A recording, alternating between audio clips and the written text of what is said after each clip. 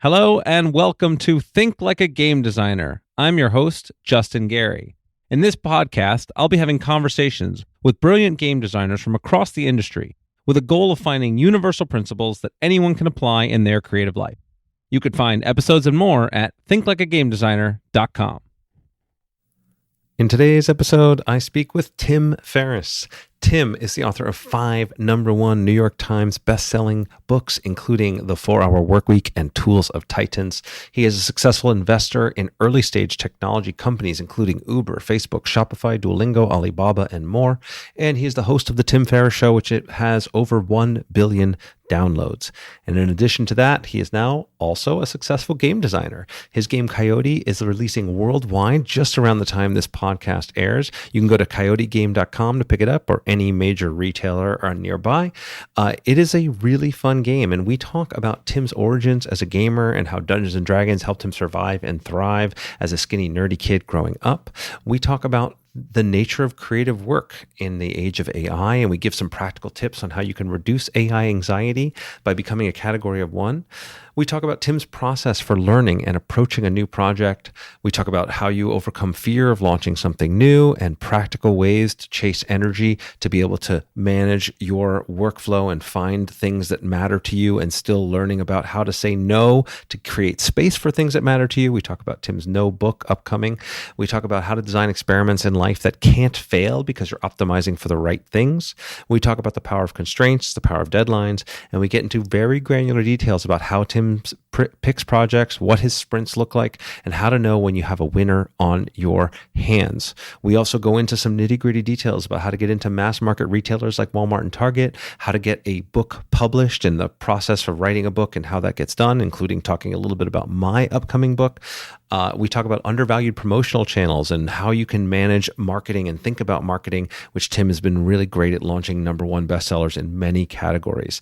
I got to tell you, it was so much fun to finally get to turn the tables on Tim after he interviewed me on his podcast last year.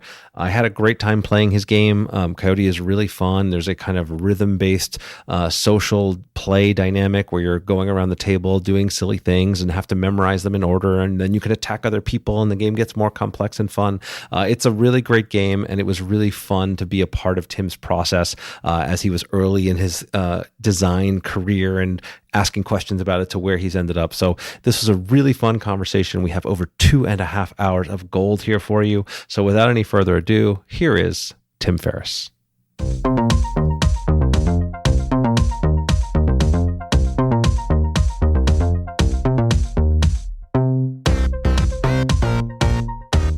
Hello and welcome. I am here with Tim Ferriss. Tim, it is so awesome to have you here. That's so great and so surreal to be here. Yeah, thanks for having me on. This is full circle. Like I've been, obviously I talked about it when I came on your podcast, how much of an influence you've had on me, and to have you now here and to be able to talk about your projects that's in my domain. Very exciting. Very exciting. Yeah, it is. But it is really full circle. I remember very distinctly, I guess it was about 2 years ago, maybe a little bit more time has passed, but listening to your podcast and exploring every possible idea, format, and creator on your show, walking around in the mountains of Utah and Colorado in the very, very early germination stages of thinking, game design. That seems interesting. And here we are. Yeah. I remember from my perspective on this, like it was New Year's Day and I'm in Santa Marta, and I get a message from you on, I think it was still Twitter at the time, but on X, it was like, "Hey, I've been listening to the podcast and want to reach out." And I thought for sure it was a scam, and then it was really fun, and we'll get into this as we go forward, because the process that when we first started talking about game design and being kind of on the receiving end of your deconstructing of a project was really fascinating for me, and I want to kind of play that out for people, but yeah. First, I want to go in the Wayback Machine a little bit, because most people are going to know you as an author and podcaster and guru on a variety of subjects, but you actually have a deep background in gaming, and I'd love to just kind of like surface that. Let's talk a little bit about where you got your love for games and kind of why this is a project that was fun for you or you got excited about.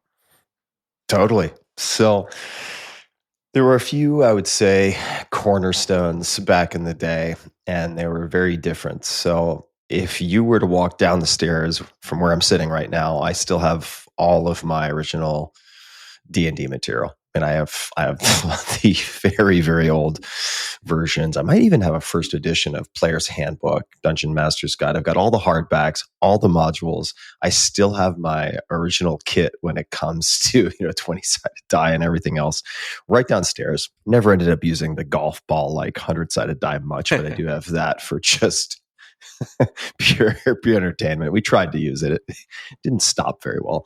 In any case, that's what I'd say, in a sense, allowed me to bond with other nerds and puny kids. Because when I was really young, I'm sitting on Long Island right now, as a result of being born really premature, I had a lot of health issues, and I was really, really small until sixth grade, or technically fifth grade summer, when I grew 5 inches, thank God. But prior to that, going out for recess, not safe. I had a big hardcover book called Fishes of the World that we got at the remainder table at the bookstore here locally. And I would just sit inside and read the book. It was not safe for me to be outside with the bigger kids.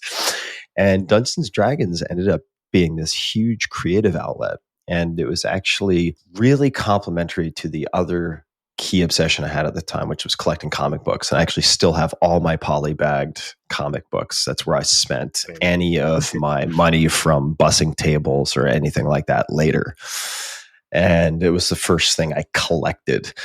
So the comic books and the desire to be a comic book penciler, which was actually intact all the way through the beginning of college, and still do a lot of digital painting and things like that on an iPad now, those went together really well. And Dungeons and Dragons is the contrast to the other games I would play, which were very simple: Commodore 64, Load Runner, Spy Hunter, that type of thing.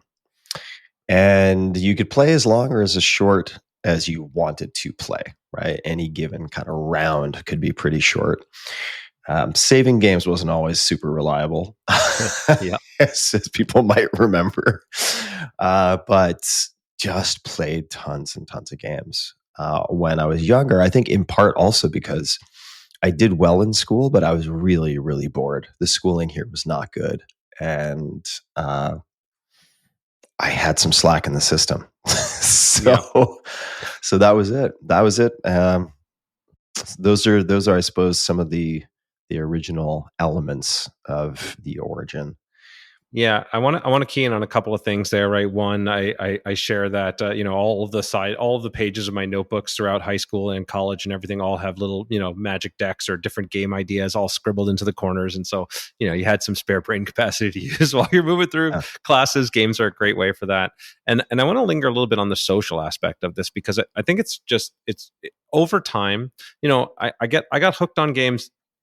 Originally I thought because the sort of intellectual challenge and the puzzle of it and immersing myself in a world, but I realized that what really connected me to games and has made me stay connected, and really what I view as a biggest part of my job, is building that opportunity for players to connect, that opportunity for players to build relationships, and the things that even when I was playing in tournaments for lots of money on the line, it wasn't that kept me going. It was that I was going to go meet up with my friends in a different part of the world, and we would all get together and play. And we still have D&D games that we play remote now with friends that I've had for forever. So even now that Dungeons and Dragons seems to have gotten bigger than it ever has, I think in part because people crave that kind of connection and that ability to just tell stories together, share together, laugh together, and I think things like not just Dungeons and Dragons but also your game Coyote, which I have here, lets that happen. So, but it feels like a pretty big shift, right? To go from like I love Dungeons and Dragons and Commodore 64 games to a kind of party style game like you did. So now I'd like to kind of move forward into how you got from, hey, maybe I want to make a game, and you loved the idea of creating worlds, to where we landed. So we can kind of Yeah. start the story there and pick apart pieces as we go. Sure, I'll let you lead the way. I'll say one more thing that may have been obvious when I said it, but in case it isn't. With the comic book penciling, I could draw, or I could practice drawing. I could even make really, really shitty comic books, which I still have downstairs also. They're not great, but they're a pretty good attempt.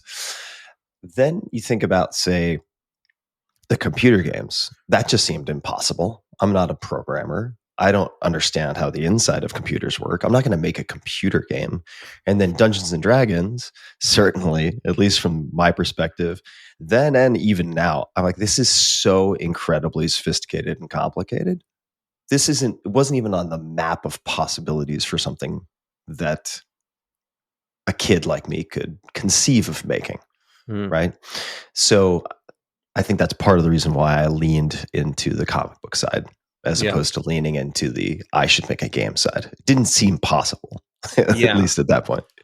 Yeah, but there's an interesting tangent we could make here too, because I think that's on the one hand, I think it's always good for you to start with something that's sort of you can wrap your hands around, like the people who are like, oh, I want to make a game that's World of Warcraft plus Diablo plus Halo, and they've never made a game or done anything. It's like, okay, well, let's slow down, right? And actually making a smaller box game or something that you can draw and I bought my first set of watercolors. Let's go make the Sistine Chapel. Exactly.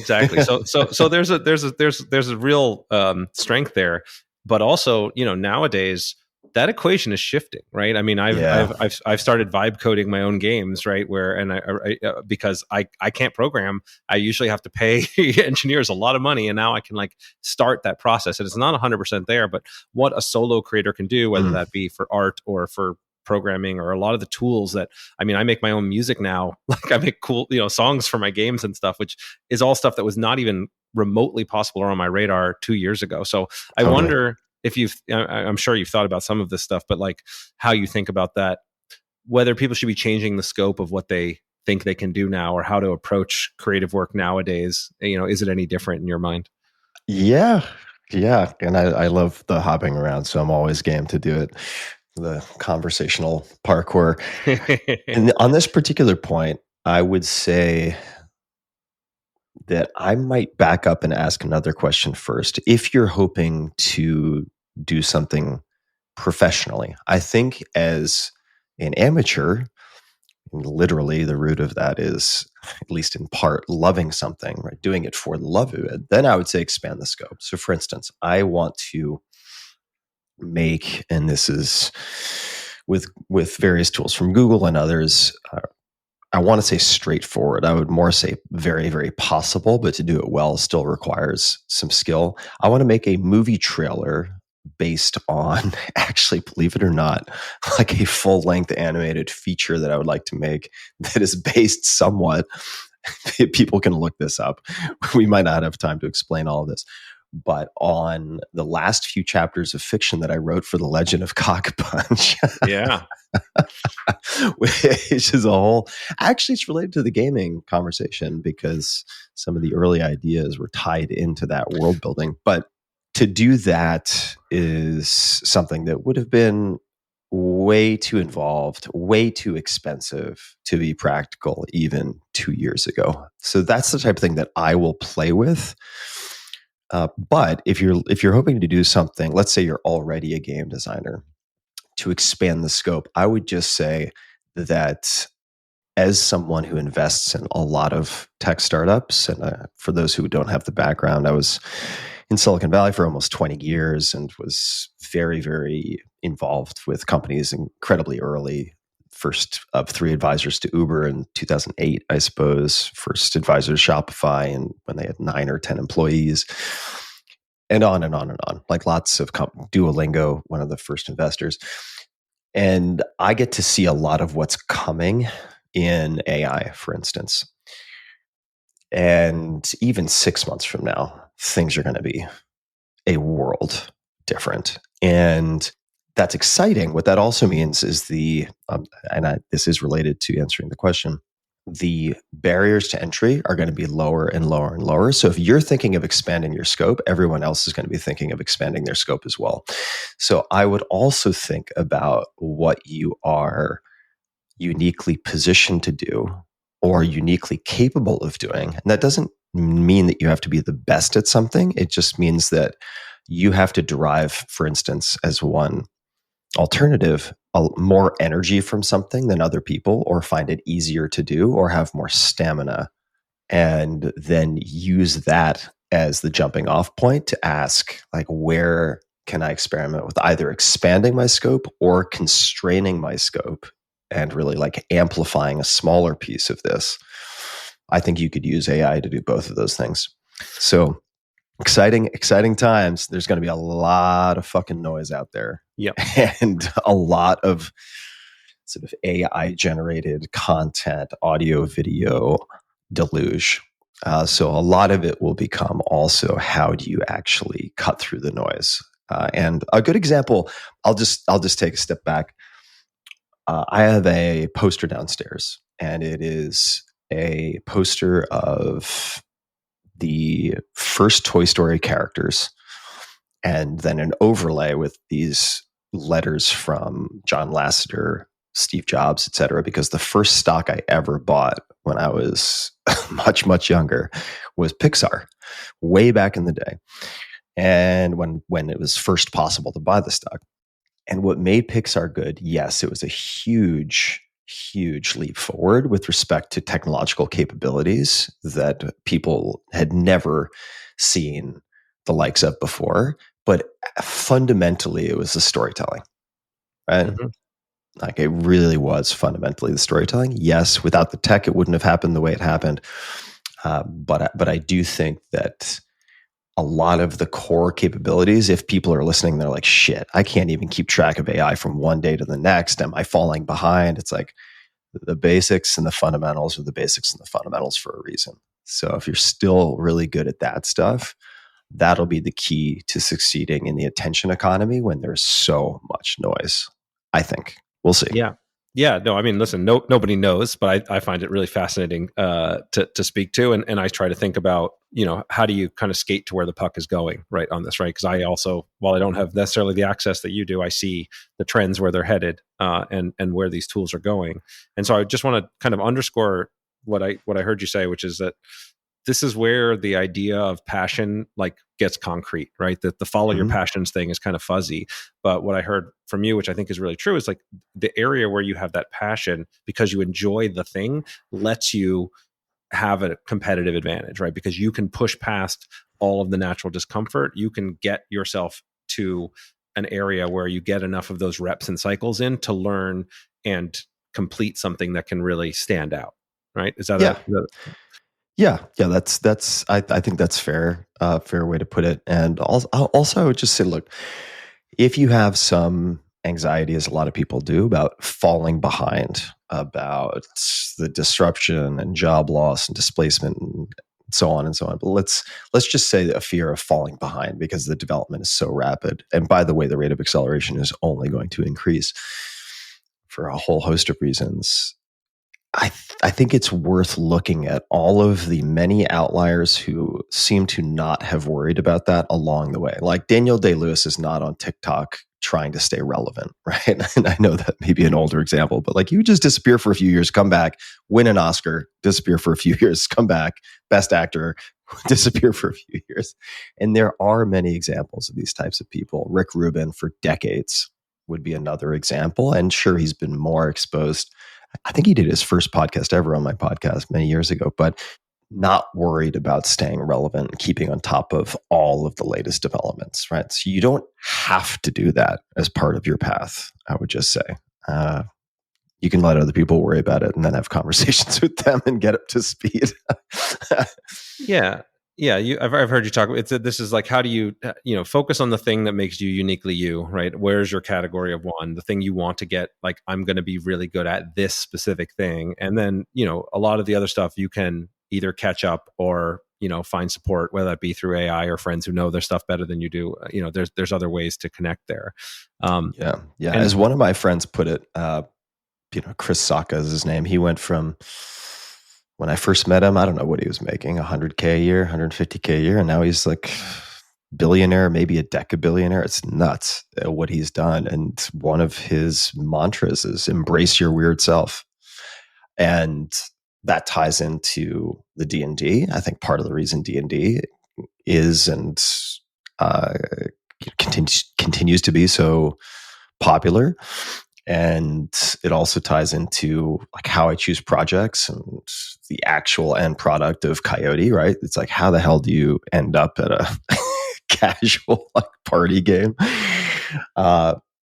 It does tie into that, right? And it's also part of the reason why it took for me at least so long to land on the kernel of an idea that seemed workable and attractive enough to like put my name on, because you're gonna have to live with that stuff forever if your name is on it. Yeah. Well, this is a good way to circle back into Coyote and the process of getting there, because again, I remember when we had some of our first conversations, and I felt, for lack of a better term, the 4-hour energy, or the dis energy coming in.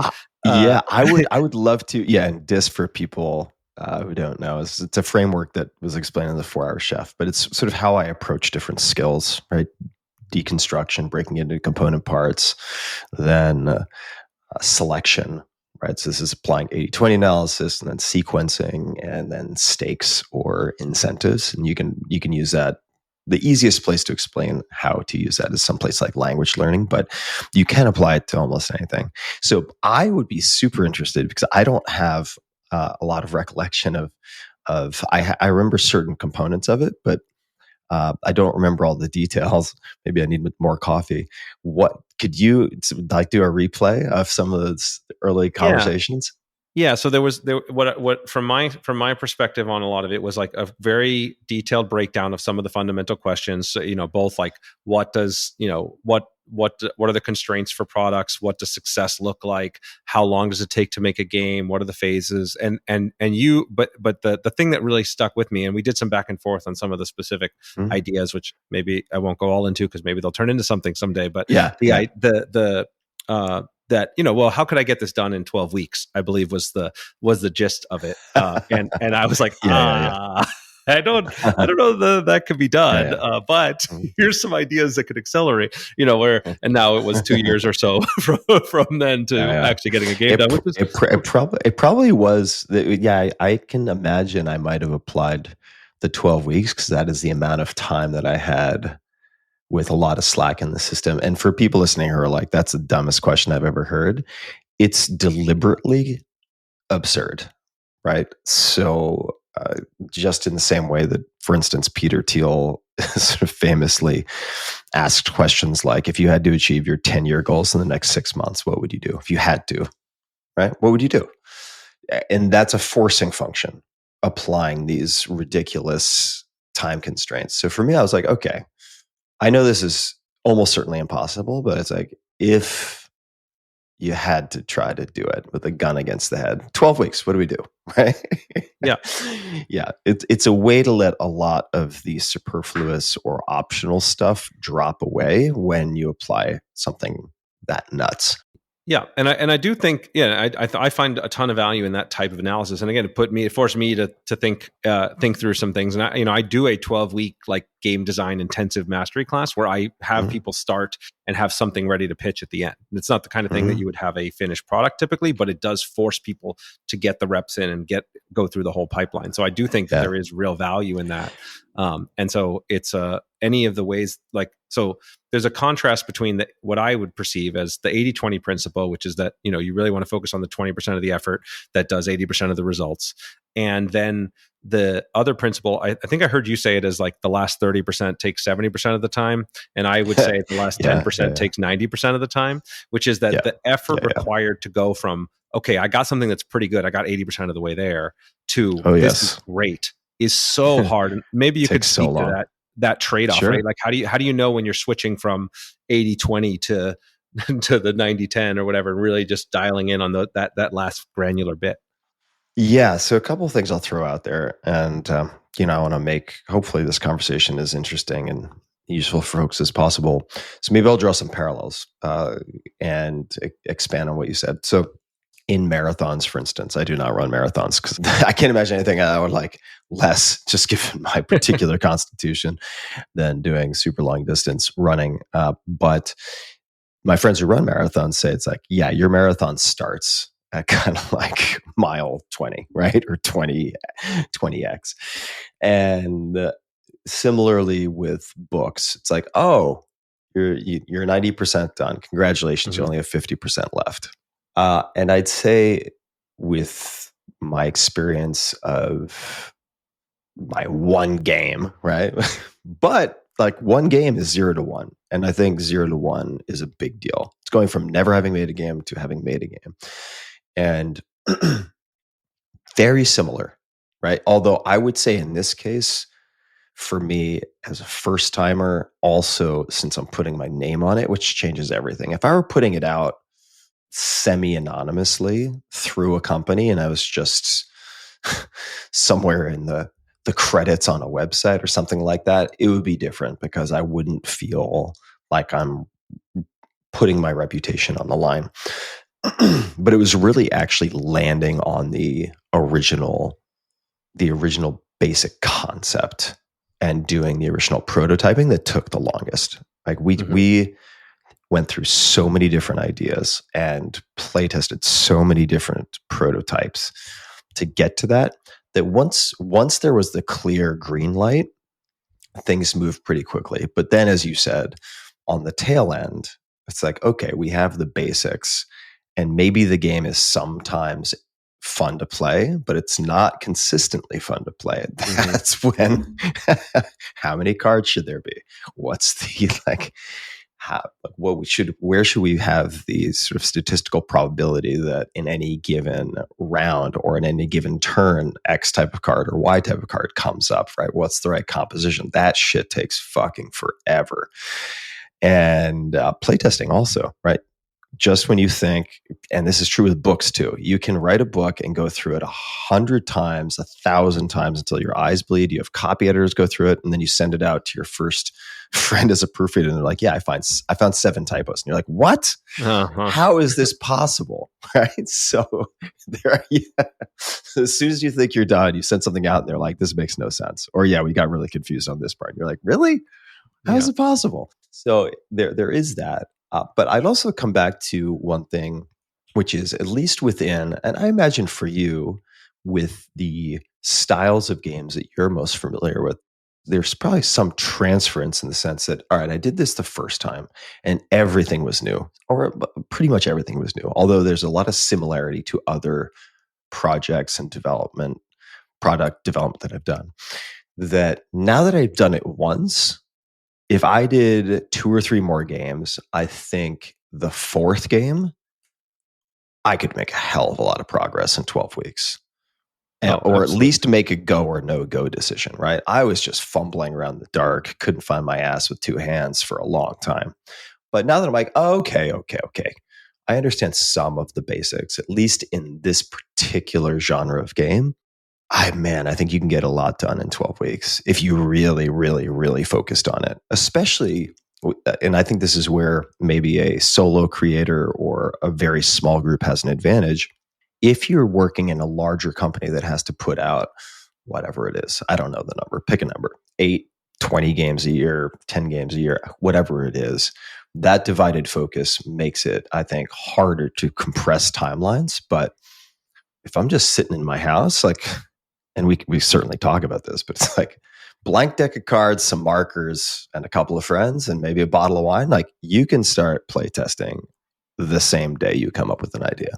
Oh, absolutely. Yeah. And I think there's a lot of value in that quick everything in my mind is about how quickly can you get through the iteration loops and how much can you learn on each loop, right? And experience with this doesn't change that process, in my opinion. It just lets you make bigger leaps, right? You'll have some more intuitive jumps because you've made certain mistakes before. And so your jump from loop to loop is a little bit bigger.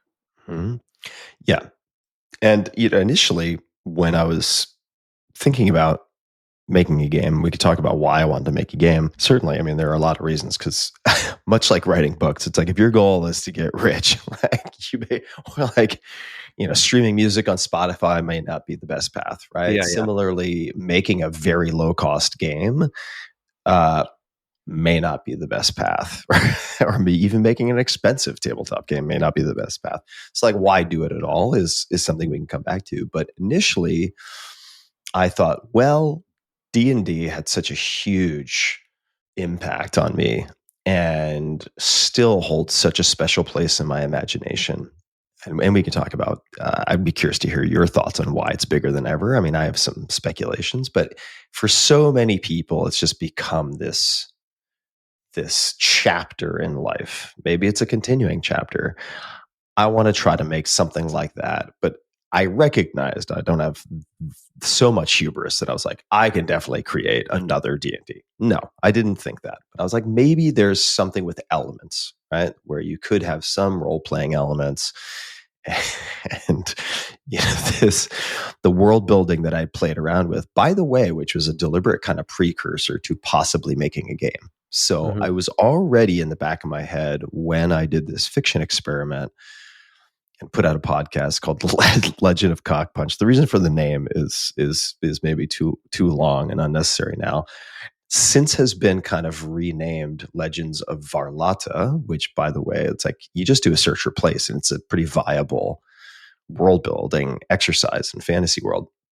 And it's like, okay, you have these greater houses, you have these old alliances and enmities, you have a potential trading component and trade interdependencies. You have this event called the Great Games, which is effectively like a blood sport kumite type thing that determines who gets the capital of this particular place and all of these various advantages, blah, blah, blah, blah, blah. I was like, this could actually be an interesting tabletop game, right?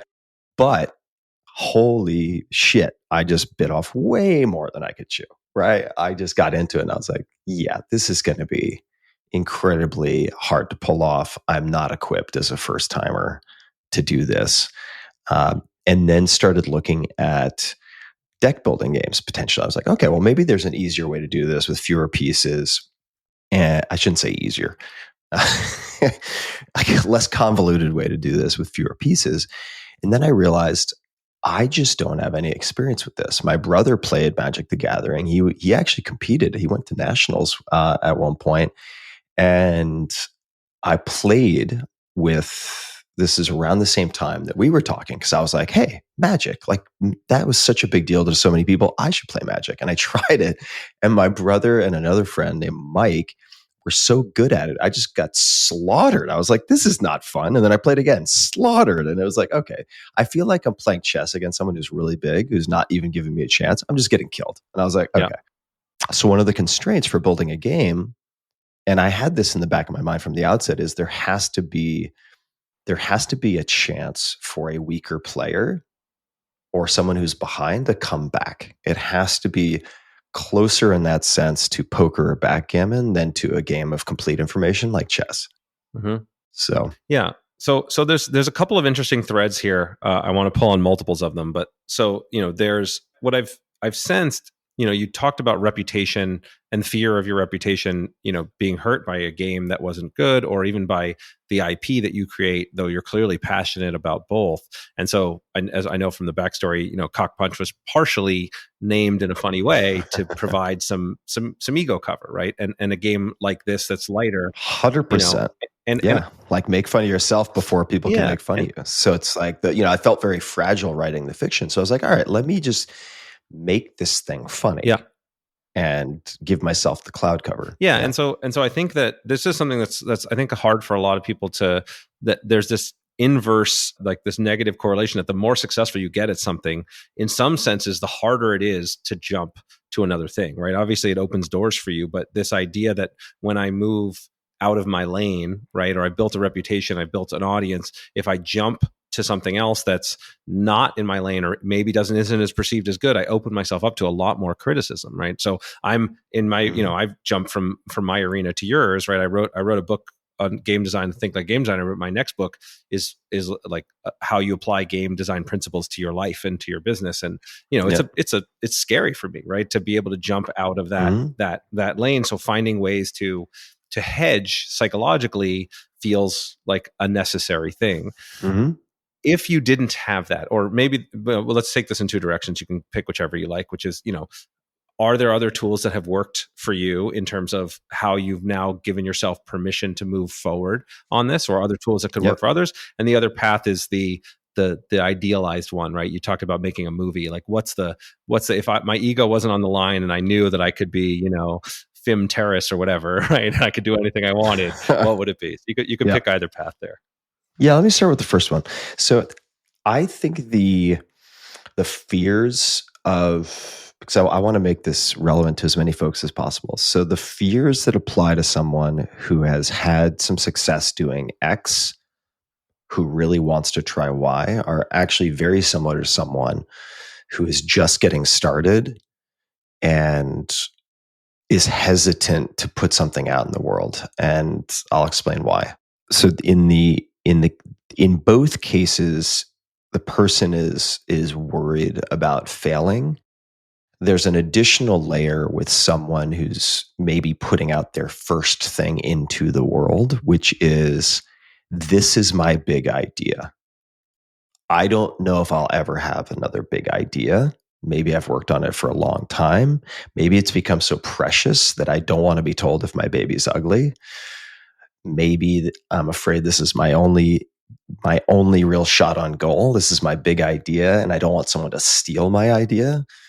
Quick note on that, like patenting, trademarks, that stuff doesn't protect you at all. It gives you the right to sue someone else. So if you don't have the resources to sue someone else, just get over it. Like, you're going to have to get in the rough and tumble world of like real commerce, which is a full contact sport, and see what you can do, right? Like, for instance, you can't trademark Coyote, right? It's just a game of like, okay, you just have to have the awareness, right? You just have to build it. You're not going to defend that. There's no way. So there are a lot of decisions around that type of thing. But the fears are actually, I think, closer than people might think. It's like a horseshoe. It's like if you're at the very beginning and you're at the very end, you're actually not that far apart. They like bend around, just like extreme political views on the right or the left. It's actually like, no, you guys are really close, in fact. And so I think what we're talking about applies to a lot of people. The way that I personally have trained myself, and it takes practice to push beyond this, or not beyond it, just to contend with some of those fears. Number one is I have no attachment, and this has been true for a very long time, to a long-term career plan, right? But there are just too many unknowns, too many curveballs, like Exhibit A, tariffs from applied to everything. I mean, like, oh yeah, that's a curveball. That might change things, right? And for that reason, I choose and I feel fortunate in my ability to do this, but more people can do this than you might expect. And you can certainly do it if you're moonlighting and doing this at night after your regular job or on weekends or whatever. So I wouldn't discount this at all. I choose 6 to 12 month projects. And within that 6 to 12 months, I have 2-week experiments of various types. And we could definitely talk about this in the context of game design. Because in the beginning, I was like, all right, I'll spend 2 weeks and I'm going to try to make something in this genre. Okay, didn't work. All right, let's try another 2 weeks, this genre. Let's see what happens. Okay, that didn't work. And I've committed, 6 to 12 months to something. Here's the key piece for me. Number one, I view these as experiments. So experiments don't fail if the sort of study design, if the experimental design is good. You're just getting feedback. Was your hypothesis true? Was it not true? Et cetera, et cetera. And the way that I select in this world of a paradox of choice, more and more so, right? People are exposed to, if you just scroll through your Instagram feed, you're going to have, it's like, oh my God, I have 20 new business ideas. It's like, well, That's a good news, bad news situation. And the way that I choose is really simple. And you can look at how I did this with books, how I did it with the angel investing, how I did it with podcasting, was where can I maximize my learning? Just learning new things, new skills, and developing relationships that even if this project, this experiment doesn't work out, right? The book fails commercially, the game fails commercially, I lose all my money angel investing, that those learnings and those relationships continue. They can transcend that project. So you're snowballing over time with skills, knowledge, and relationships. It's really hard to lose long term if you choose your projects that way. And if you can, give yourself a graceful exit, right? So in the case of when I started my podcast 10 plus years ago, which has just for me become this crazy, crazy experience and resource and business and everything else. I told my audience, I was like, all right, I'm going to do 6 to 10 episodes. If it doesn't work, I'm going to stop. That's it. And hopefully I'll become a better interviewer in the process because I have to interview people for my nonfiction books anyway. And I'll be able to get closer to my really good friends who are going to be my softball interviews in the beginning, right? So it's even if you lose, you can win. Yep. Right? With the angel investing, it's like, okay, I'd always fantasized about going to like Stanford Business School. So I was like, all right, well, let me allocate at that time to me what was a huge sum of money, like $120K over 2 years, which would have been what I would have paid for tuition at a place like Stanford anyway. Over 2 years, $120K, I'm going to put small checks into startups, and I'm always going to optimize for learning and new relationships or deepening relationships, assuming, just like tuition, it's a sunk cost. I'm not going to make any money on those investments. Mm-hmm. It's just going to be the learning and the relationships. And game design, same thing, right? And that takes the pressure off where you're like, even if this project itself as a single project does not work out, doesn't make money, doesn't whatever, I still win over time. I still win. Psychologically, that really provides you with a safety net. And as far as I can tell, it works.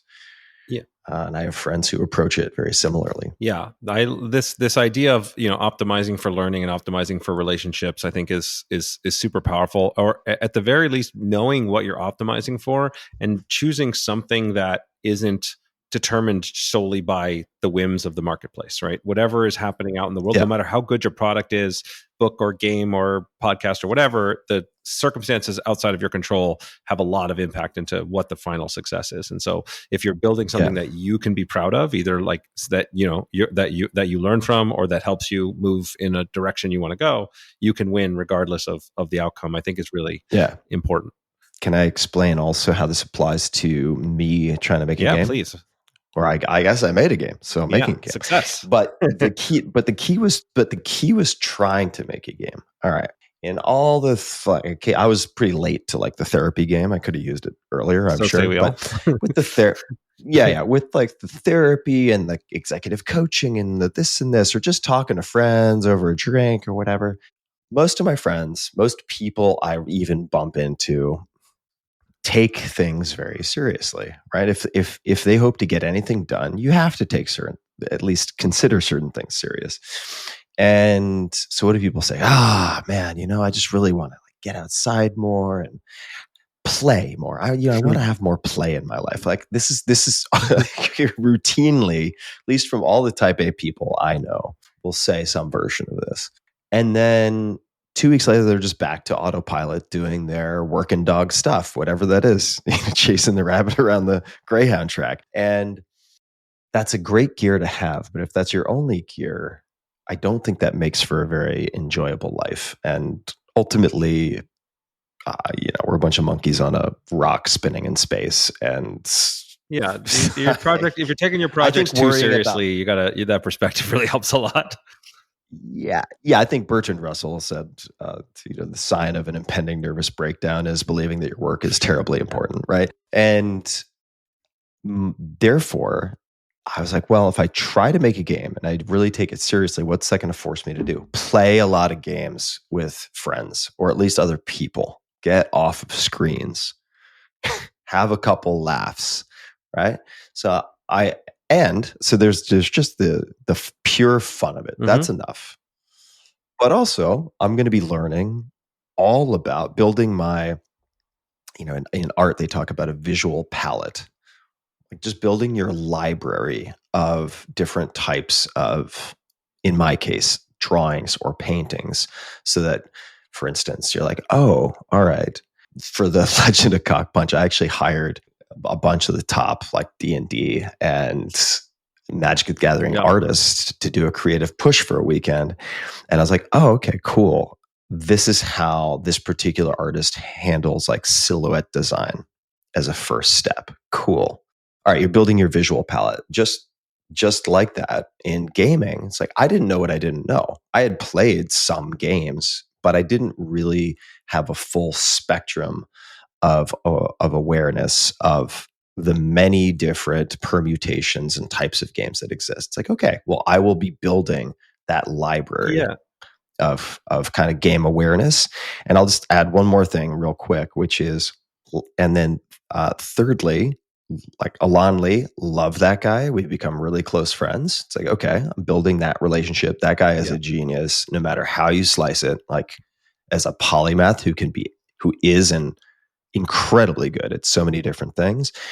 And then lastly, it's like, at the very least, if I start pushing through this, I'm also going to really get to know big box retail for this type of game, right? Like, how do you actually interact with these giant behemoths like Walmart or Target or Amazon? I had exposure to through the books, but it's like, what do you do with that? Yeah. Right? What does that look like? Or distributing through a lot of smaller retails. What does that look like? Sure. Lots of stuff. Understanding all of that stuff that I'm learning applies to creative sprints, creating something at a low cost that you sell with massive retail distribution. So like all of that stuff, I was like, even if this game never gets published, even if it gets published and doesn't do well, it does not negate all of those other gains. Yeah. Okay, I want to get into the specifics of this, because I think if I would do no justice to having you on my podcast if I didn't get really granular on some of these things. Yeah. So when you say, because I want to talk about the marketing and the launch strategy and everything, but I want to get into the game process in some detail. So you said you take a 6 to 12 month process, commitment to a project in 2-week experiment cycles. So walk me through that process as you're getting into Coyote or even the previous versions of it. Is it a few weeks of like, all right, I'm going to try 12 games this week, and then I'm going to take notes on what I like and what I don't like? Is it I've got an experiment and I sketch out an idea? Like, what's those 2-week sprints look like for you? Yeah, I can tell you. So in the beginning, the sprint cycles were shorter. They were probably 1-week sprints. And I was listening to your podcast. Later on we had conversations, but I would go to Salt Lake City, which has some great game shops, and I would buy just not a carload full of games, because I would chat with the owners and get their read on different options in a specific genre, buy half a dozen games, then play them, take notes on what I liked, didn't like, what I felt maybe I would want to use or not use. And then at this point, I was lone wolfing it, which I think it's a fine place to start. But after, let's call it a month of doing this, and I ordered blank cards and chits and all of these things to DIY. After a while, I was like, okay, I clearly have no idea what I'm doing, right? Like, I'm trying to fumble around. I'm not making a whole lot of progress. I'm realizing that some of these will not work for me.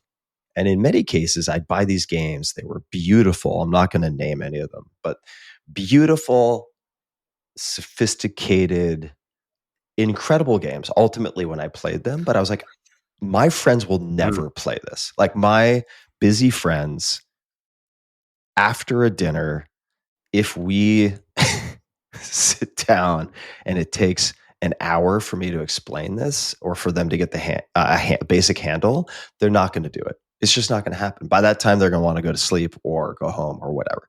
And then during one of the test periods when I was testing more casual games, one of the games which was just a huge hit with my friends was Poetry for Neanderthals.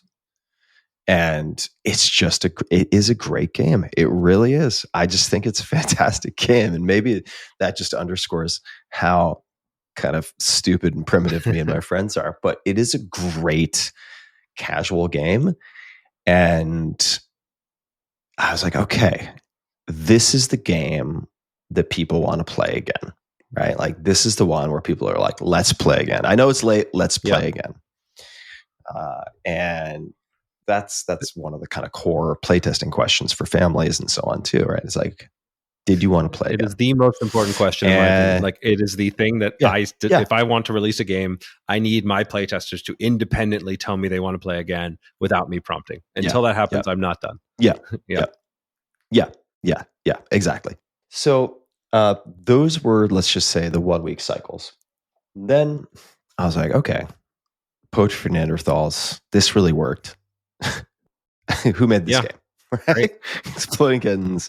That's how I get to Alon Lee and have him on the podcast, which I thought would certainly, in and of itself, be very interesting for my audience, because the story of Exploding Kittens is kind of crazy, right? It's pretty nuts. I mean, just the explosive blockbuster Kickstarter, the collaboration, right, with Matt Inman of the Oatmeal and Alon Lee, and then certainly building the company on the back of that. Because it's one thing to have a hit. Right.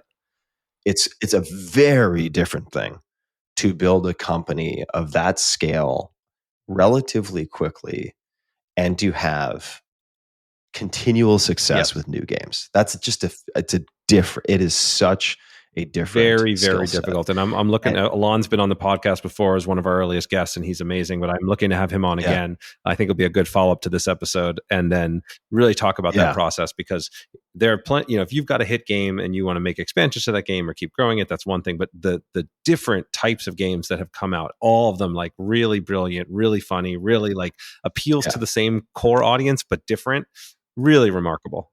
Yep. Yeah, and so I don't want to. I mean, he'll have luck. He can talk about a million different things, but inventing new genres of types of games, alternate and augmented reality stuff, and the fact that he worked on the Xbox and Halo and all. It's like he's sort of a full stack, because also the operational savvy that he has is just bananas, and the creativity on the business side is something else. So after that, I was like, okay, well, we seem to like jive pretty well. If I'm going to take a serious stab, this is the game that my friends and I are playing, right? Like, we've tried a bunch of others. And for instance, as an adult right now, I don't play D&D, right? Would I play? Maybe, but it's such a commitment. And I remember how seriously I took it, which doesn't take anything away from the game. It's just a life circumstance and a maybe change in constitution. Who knows?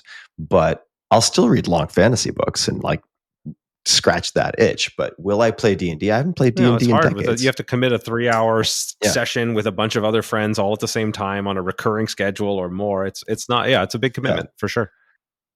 And there's also part of me that's like, not to quote Alcoholics Anonymous, but like, if you don't want to slip, don't go where it's slippery. There's part of it. It's like, I remember how much fucking time I put into character development with my gray elf, chaotic good. Like, I just remember how much time I put in. I'm kind of like, if I'm a recovering like opiate addict, I'm not like, let's just one for old time's sake. I'm like, I don't know what's going to happen if I go down that route. So maybe I shouldn't go there.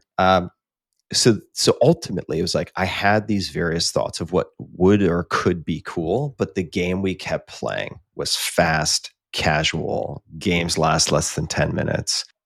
And I was like, okay, I think this is the starting point. And then just threw out to Alon after we had a couple of interactions. I was like, hey man, feel free to say no, because it's probably the right thing for you to do. But like, any interest in talking about collaborating on something?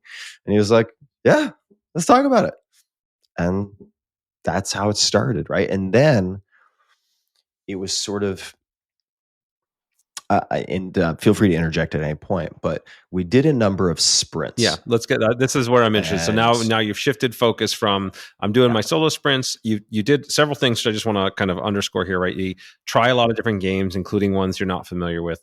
Find the things you like, you don't. Scratch your own itch in a right, like play a game that you actually want to keep playing. And also, I think it's really beneficial picking a game that only lasts 10 minutes. Let's make sure iteration cycles way faster too, right? So you did a lot of things to set up for success coming in, but it's still pretty open ended by the time now you're working with Elon. So now, what does that? How do you zero in on the thing from there? What is that? What do your sprints look like now? Yeah, so what the sprints looked like, to my recollection, I mean, it was a while ago, but the sprints were a combination of, there were sprints with Elon, and also additional sprints now with groups of friends, bringing in a more focused type of game, right? So now it's like, okay, we have a rough idea of a few constraints, like the beauty of positive constraints. Like my feeling, at least, if I were to do another game, I would have more constraints. I just think it allows you to move so much faster, and maybe paradoxically just allows you to come up with a much broader range of interesting ideas.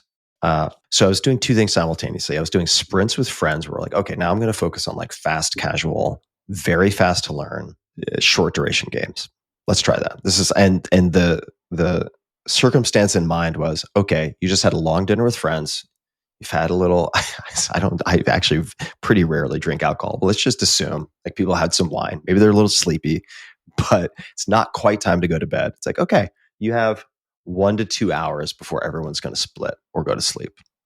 And maybe they want to do some other stuff. So it's like, it's got to fit into that. And I was doing sprints with friends with games that would sort of fit those parameters.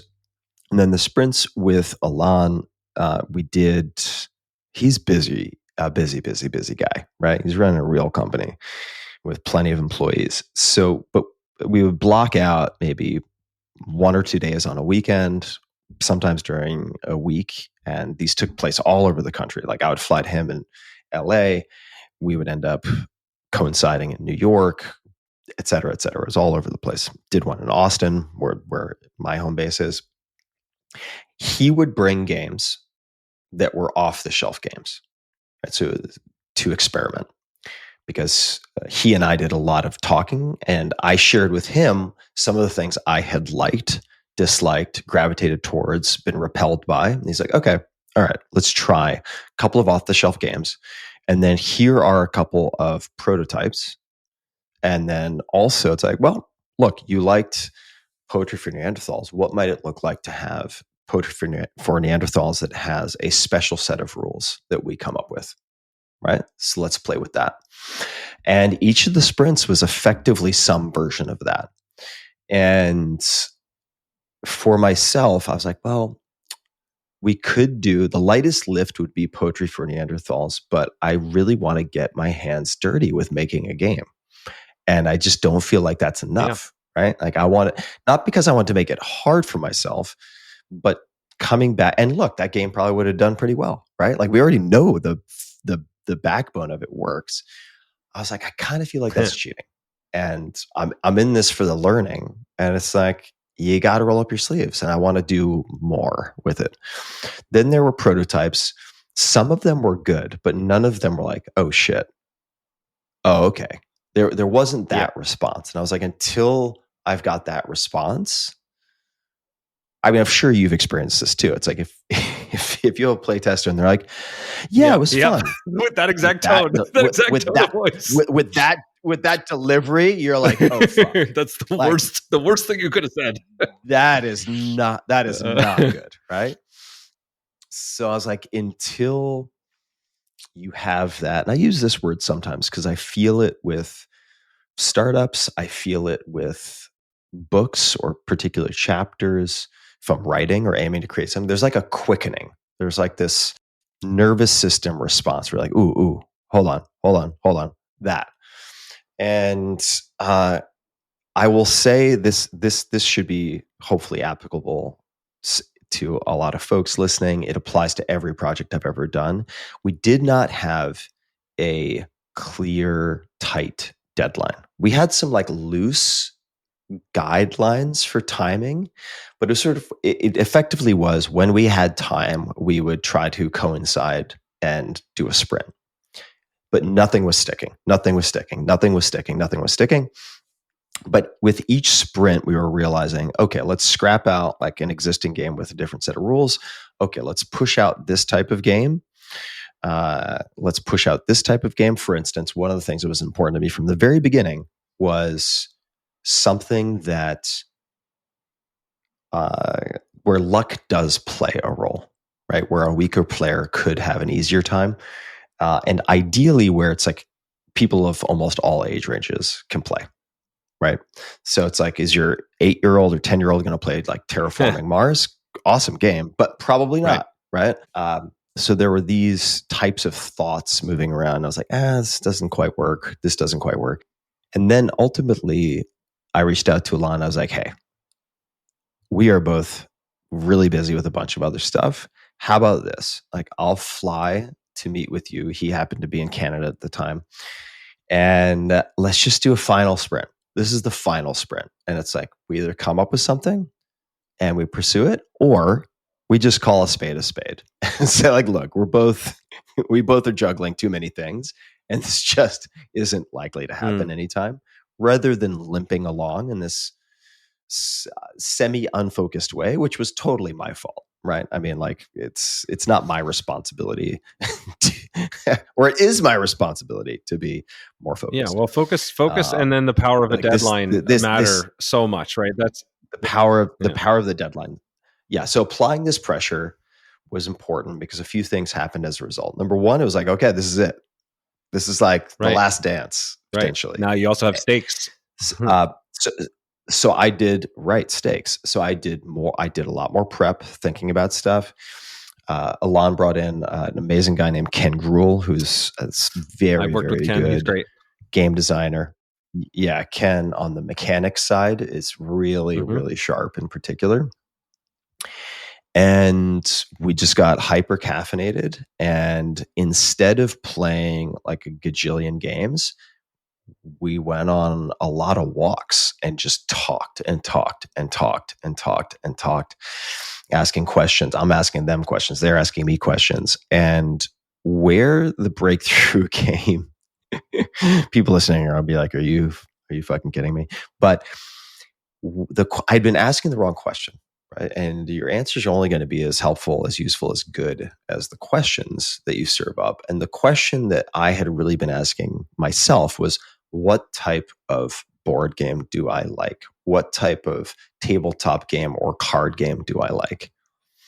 And I think it was Alon who expanded it. And he said, you know what, forget about tabletop, whatever. What games of any type whatsoever have you liked? And I thought about it, came up, I was like, all right, well, like, I guess when I was younger, like at least when I had my 5 inches of growth spurt, like dodgeball or kickball, both like okay. And brainstorm. And I was like, okay, I'm kind of embarrassed to say this. Because I'm like, I could just feel like the head shakes coming before I even said it. And to their credit, they didn't shake their heads. But I was like, I'm kind of embarrassed to say this. They're like, what? And I was like, I think rock, paper, scissors is really fucking fun. And particularly if you're with my like very smart / dumb friends who are pretty easily amused. And I keep invoking the booze. It's not that frequent, but like I have played rock, paper, scissors for like an hour straight with a couple of friends. It's embarrassing for me to say this even now. But what came of that? It was like, okay, no judgment. Like, yeah, I mean, there's a reason that game has existed for a really long time and it's played all over the world. Okay. What is it about the game? Right? Let's dig into it. And we got into it. And ultimately, I don't think the reasons are that important, but where that led was, okay, right? I don't know who, I can't remember who asked this. Maybe it was me, maybe it was one of them, but it's like, all right, well, what does rock, paper, scissors look like in a group of 4, in a group of 5, in a group of 6? And can we make it more interesting? Okay, sure, of course. I was like, yeah, you can come up with these gestures. You can come up with this. And it's hard for me to recall the exact way that it unfolded, but it was like, okay, how do you get a group to do this? Well, you could have like potentially you could have color coding. Potentially you could have like gestures and a word or something you have to say where there's like an interference effect where you start to make it more interesting. Are there teams? Probably not teams. Okay. Like if you have to go around in a circle as per usual, right? With this type of game, like what does that look like? Or at least a lot of casual games. And when we started to talk about it, I just got that feeling. And I think people all get this feeling. You just have to learn to like listen to your nervous system. And we were super caffeinated. We had so much coffee walking. This feeling wasn't just by the the caffeine water. jitters. It was a different feeling. It wasn't just the caffeine. It was like, wait. And this is where also is so valuable for me to have both of those guys, but especially Alon, who has just seen so many reps of this type of thing. Right. And he's like, okay, this is actually potentially interesting. Right. Because what do I know? I don't have any pattern matching. I've never done this before. And we went back to his place and had a bunch of blank cards and just started mocking up cards. And literally within 30 minutes, we were trying to play like a super rough version. And there was most of it didn't work of course, it's not going to work at that stage. But I see the seeds of it, and I see where you're at. I want to double click on something before we go further, because I think this is really profound and not easy, right? Listen to your nervous system, right?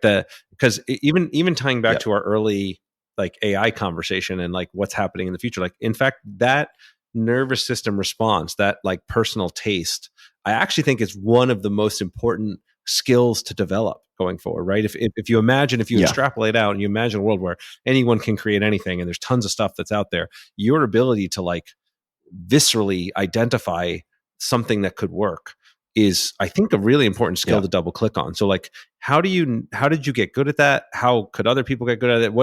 What helps someone to be better at listening for that whole body yes, or that nervous system twitch? Yeah, so you use a phrase that I think is worth underscoring: whole body yes. So there's a conscious leadership group. There are other people who have written on this, but by Diana Chapman and Jim Detmer. But Diana Chapman has written quite a lot and spoken a lot on this whole body yes. What does that mean? That means that sort of mentally, like analytically, you're a green light. Often in your gut, right? You're a green light, and they'll often talk about chest or heart green light. I've always had trouble with that. So as someone who basically cauterized their emotions for a few decades, because I was like, emotions they just get in the way. like this like limbic system, monkey mind liability. I was like, no, like this should be data driven, right? Everything should be data driven. And sometimes that works, but you can also really steer yourself in the wrong direction. Right. I mean, I remember ages ago, to give you an example of like how kind of tone deaf I was at the time, and there were many examples of this. I really, really, really wanted to do, this is before the book, before everything, do a TV show. And I got approached at one point to do this TV show based on like martial arts around the world. I was like, oh my God, this is a dream. And the production company seemed good, based out of Asia. And I was going back and forth and back and forth and back and forth. And they put forward a deal. And like on paper, the deal seemed okay. It wasn't great, but I'm agonizing over it. Didn't have any money really at the time, but I'm paying lawyers. I'm like, fuck. And my girlfriend at the time, I was just agonizing, and I had my spreadsheets and pro and con lists and all this stuff. And based on my analysis, it was like, yeah, do it, go. But I was hesitating for some reason. And over dinner one night, my girlfriend at the time was like, do you even trust this guy? Who was like the head producer. And I was like, no, not really. And she's like, yeah, then don't do the deal. And I was like, fuck, I think she might be right. Right. But it took me that was a very pained, protracted, and frankly, lucky instance, right? Where I had someone who was like, hey, dummy. Like, what about this very, very basic thing that isn't reflected on paper? And I found a lot of Diana Chapman's writing helpful. I had her on the podcast to talk about this and many other things for people who are interested, but I'll tell you how important this has become for me. So I currently have this book that I have tabled multiple times. There is some irony here. The sort of code name for the book is the No Book. It's an entire book on how to say no and block out noise and the trivial many. But it's really a book about how to make decisions and choose wisely. That's really what the book is about. But you need to have this ability to say no and to push things out of your mind and to set boundaries. That's really important. Like, without that, you can't say yes, and vice versa. So there are multiple chapters in this book dedicated to this. And I'll come back to how do people develop it, right? So for me, with this like whole body yes, the yes mentally is easy to figure out. That's easy. Like the head yes is easy. What I've realized is that you also just have to look for any no sign, like constriction in the chest or like just a weird feeling in the gut. That's a no. If it's not full green lights, it's a no. And this is very easy advice to give, and it's very hard advice to implement sometimes. But the way you develop that is, for instance, one thing you can do that I recommend people do is every year I do something called a past year review, where I go through, around New Year's, but it can be any time of year, your entire last year in your calendar, week by week, and you identify sort of peak, like the 20% of activities or people or projects that produced your most impressive positive emotions. And then you look for the opposite, right? Negative emotions, the things that you would love to do more of, the things that you would pay not to do more of, right? And when you have this list, you can go back and just like revisit something in your mind and then be like, okay, like what's happening? Pay attention, right? Like what's happening in my head? What's happening in my thoughts? What's happening in my neck? What's happening in my chest, right? I often feel a lot of like when something's funky, I get a constriction in the neck. I don't feel it in the chest. Sometimes I don't feel it in the gut. I have like also just like an iron gut and don't always feel it in the gut, but I get constriction in the throat. But it's not overwhelming. It's not like I'm choking or having an anaphylactic shock. It's like you do have to kind of pay attention to it. And you can go through like awesome experiences that you'd love to do again. What does that feel like? Go to something you absolutely hated. What does that feel like? And then you can start going in towards the middle, because that's where it gets harder, right? So let's just say you have a certain type of meeting every week where you're like, oh God, please shoot me now. Like this should be a 20-minute meeting and it always takes an hour. And why isn't this person organized? Right? See what that feels like and start to pay attention to it, right? If you sit down, this is going to sound so silly, but there is something to it. Like sit at a restaurant. If you go out to a restaurant, you look at the menu instead of just like deciding however you normally decide, whatever that process is. It's like actually go through the menu and like ask yourself, how does my body feel when I'm looking at these different things, and try to make the decision based on that. Even if it's something you're quote unquote not allowed to have. Okay, you're trying to avoid pasta, but it's like you get to it and you're like, but what you might be surprised to learn is like when you get to the thing you think you want, you're like, oh, I'm not allowed to have pasta. I know I'm really going to want to have pasta. I'm just going to eat pasta. And then when you actually check in with your body, you're like, yeah, my body doesn't want to eat that. Yeah. Or like or there's no response, but there's like a little bit. Yeah, I don't think that's the thing. So it's like, look, we've evolved to have these senses. I mean, we have millions of years of evolution that predate this fancy thing called language, right? And it's like we've all heard stories or maybe experienced directly, like pregnant women, like knowing what they need to eat, having really, really overpowering sensitivity with smell, right? It's like, yeah, we're very well evolved to feel all of these things because we needed it for most of our existence on this planet. So This could sound pretty like woo-woo Topanga Canyon, like swinging a dream catcher over your head. It's not actually. It's very much trying to take real evolutionary biology and learn to use it as a compass of sorts. Well, I find this really fascinating because I'm going to make the parallel back to game design here, because the thing I tell novice game designers, and even everybody, but like when you're first getting started, the way to become a better game designer, the first step is that when you play games and you notice, like, pay attention to your emotional reactions, like pay attention to normally we just get lost in it. Like you get lost when you're watching a movie or reading a good book, you're just in the experience. But as a designer, you want to step back and pay attention to, like, oh wait, hold on, I'm getting excited here. I feel this in my chest, and I'm shaking a little bit, or I'm leaning in, and like where that's happening.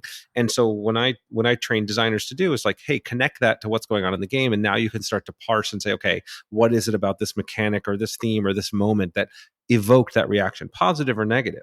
And I had never made this connection before, but I think it's actually really interesting that just doing that in life, right? Like just doing that same thing in life. It's like, hey, when you're feeling an emotion, when you're in an experience, take a step back and just like be the observer and say, okay, wait, what is going on in this situation that's making me this way? Maybe it's the meeting is where I'm feeling uncomfortable, but it's not necessarily because the meeting's long. It's because actually that guy is not someone I should be working with. Like that person is giving me a bad vibe here, or I shouldn't be working on this project. So I think there's a real value to just sort of triggering those reaction moments and understanding that you can design your life in those ways, the same way, you might design a game.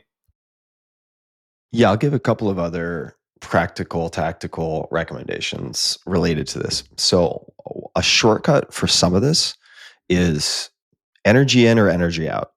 That's it. And like when you're around someone, when you're doing something, do you get energized or do you get slowly drained or quickly drained, right? How do you feel after?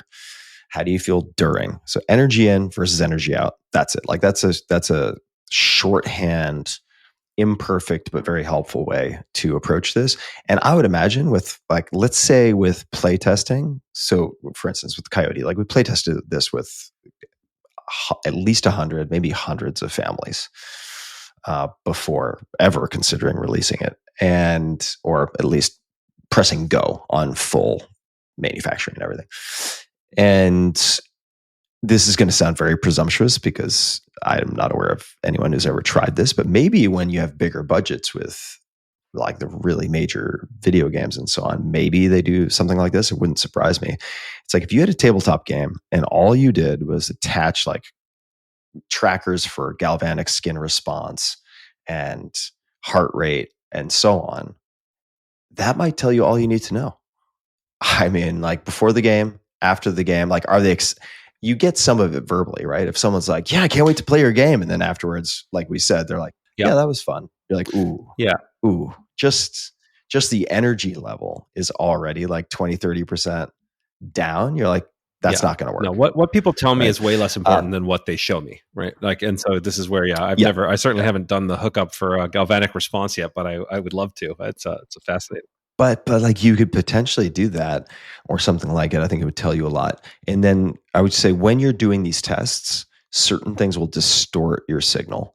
So one is too much caffeine or other substances, right? Obviously, but people are like, yeah, duh. But maybe not, yeah, duh. Because, for instance, like moderate amounts of caffeine make it more likely you're going to say yes or overcommit to things.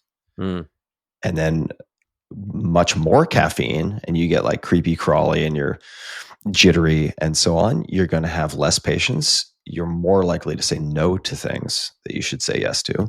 And also, one way you can fool yourself here, you're looking for, ideally, for instance, with the body outside of the mind, a animalistic spider sense response. But if you're sitting there and somebody told you, yeah, so-and-so like did that thing again, and you create a story about that person, and then you get on the call and your body's like, fuck this guy. Well, it could be that was all driven by the cognitive piece, right? So it's just being aware of this type of thing. Honestly, I mean, not to really sound like I'm going off into Venice Topanga land again, but it's like a a very simple meditation practice, like 10 minutes a day with something like the Way app or any other option, helps you with this type of thing. I 100%. I think you and I come from a similar background. We start, super analytic. We started in our heads. We had a lot of success by focusing in our heads. And a lot of the process of my kind of maturing as a human has been figuring out ways to get out of my head. And things like meditation, things like going for walks in nature, things like just taking that time to pause and quiet the incessant analytical thing to be able to hear what's going on in your body, to be able to tap into even just the subconscious information you're processing, because we're processing so much more information than we're consciously aware of. Your body and other parts of you will react to that. And so I don't think any of this is, even if it sounds woo-woo, I just want to underscore, like, this is real practical, like, on the ground advice that I think everybody can benefit from. But I want to, because I'm sold already on that, the value of that. What I have trouble with, and I imagine a lot of people that are in the no book audience have trouble with, is being able to pull the trigger on that feeling, and how you tell the difference, because you identified this. Sometimes it's the story, right? So let's say I'm involved in a big project and I've got a lot of resources in it. We've been moving forward. It's really tough. I'm in the pit, right? I'm in the dark forest of figuring out what to do. It feels terrible going into that project. It feels terrible at that moment, right? And we've all been there. And so sometimes because there's something wrong with the project and I should get out of it and I'm wasting my energy. And sometimes it's, no, you're in the pit, you're in the dark forest. You got to keep going and you got to push through it. Or the story you're telling yourself about your fear of failure or fear of whatever is just a story. It's not the moment. How do you know when you're in one path versus the other? Like, how do you differentiate to get the courage to pull the trigger, but not cut out too early? I would say fundamentally for me, it's having someone, not necessarily a Sherpa, but someone to tell you what this process and arc looks like, right? And then you can predict with a decent amount of accuracy, like, when the trough of despair is going to happen. Or when the plateau is going to hit you, right? This is true with athletic training.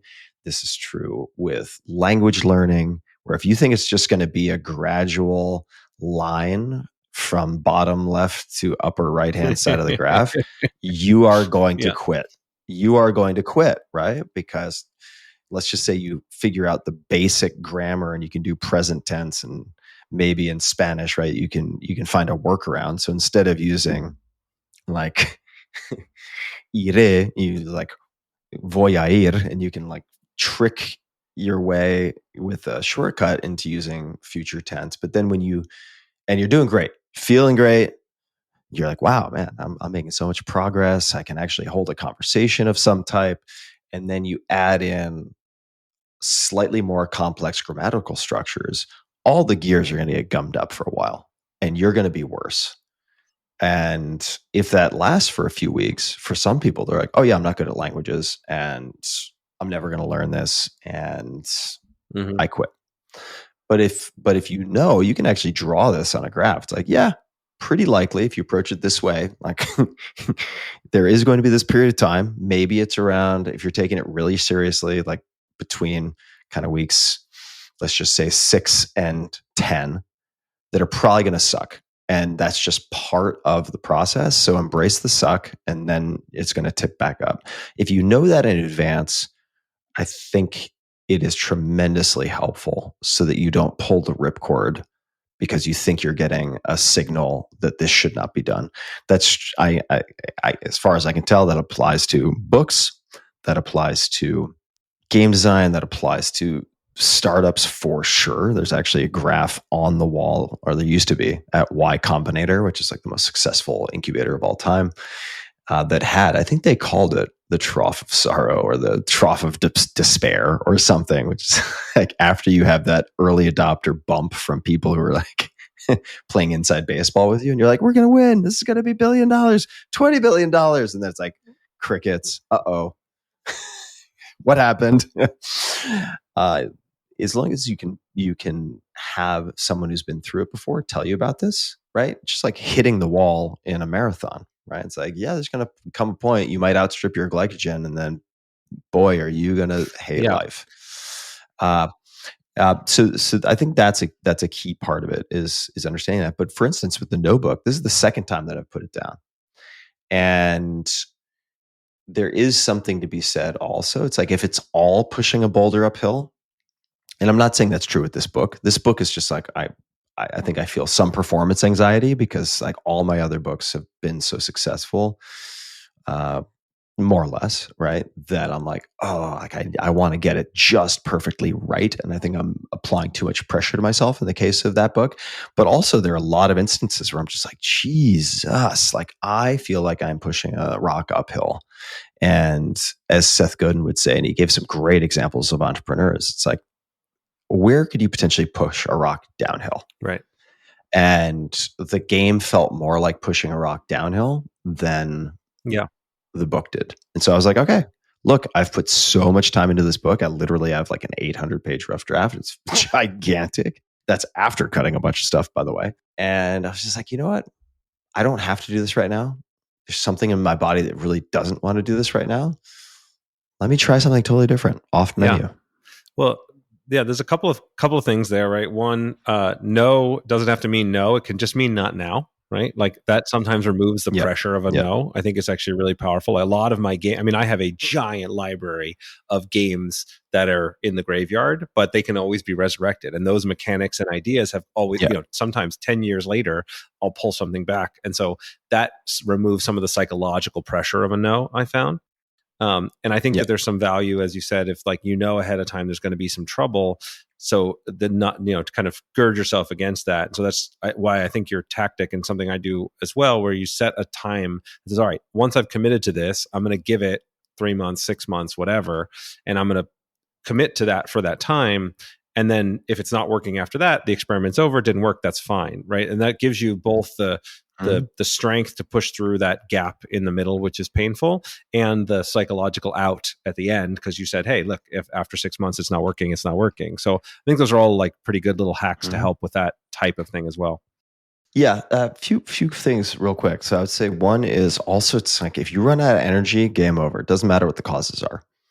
Right. So some of that is just straight self-care, right? Like I've got my non-negotiables. It's like, today, and you don't have to do this. It could be a totally different set of things, but like setting my state, it's like, okay, I got my cold plunge, did that this morning, 43 degrees for like 5 minutes. Very interesting for a bunch of stuff. We don't need to get into it.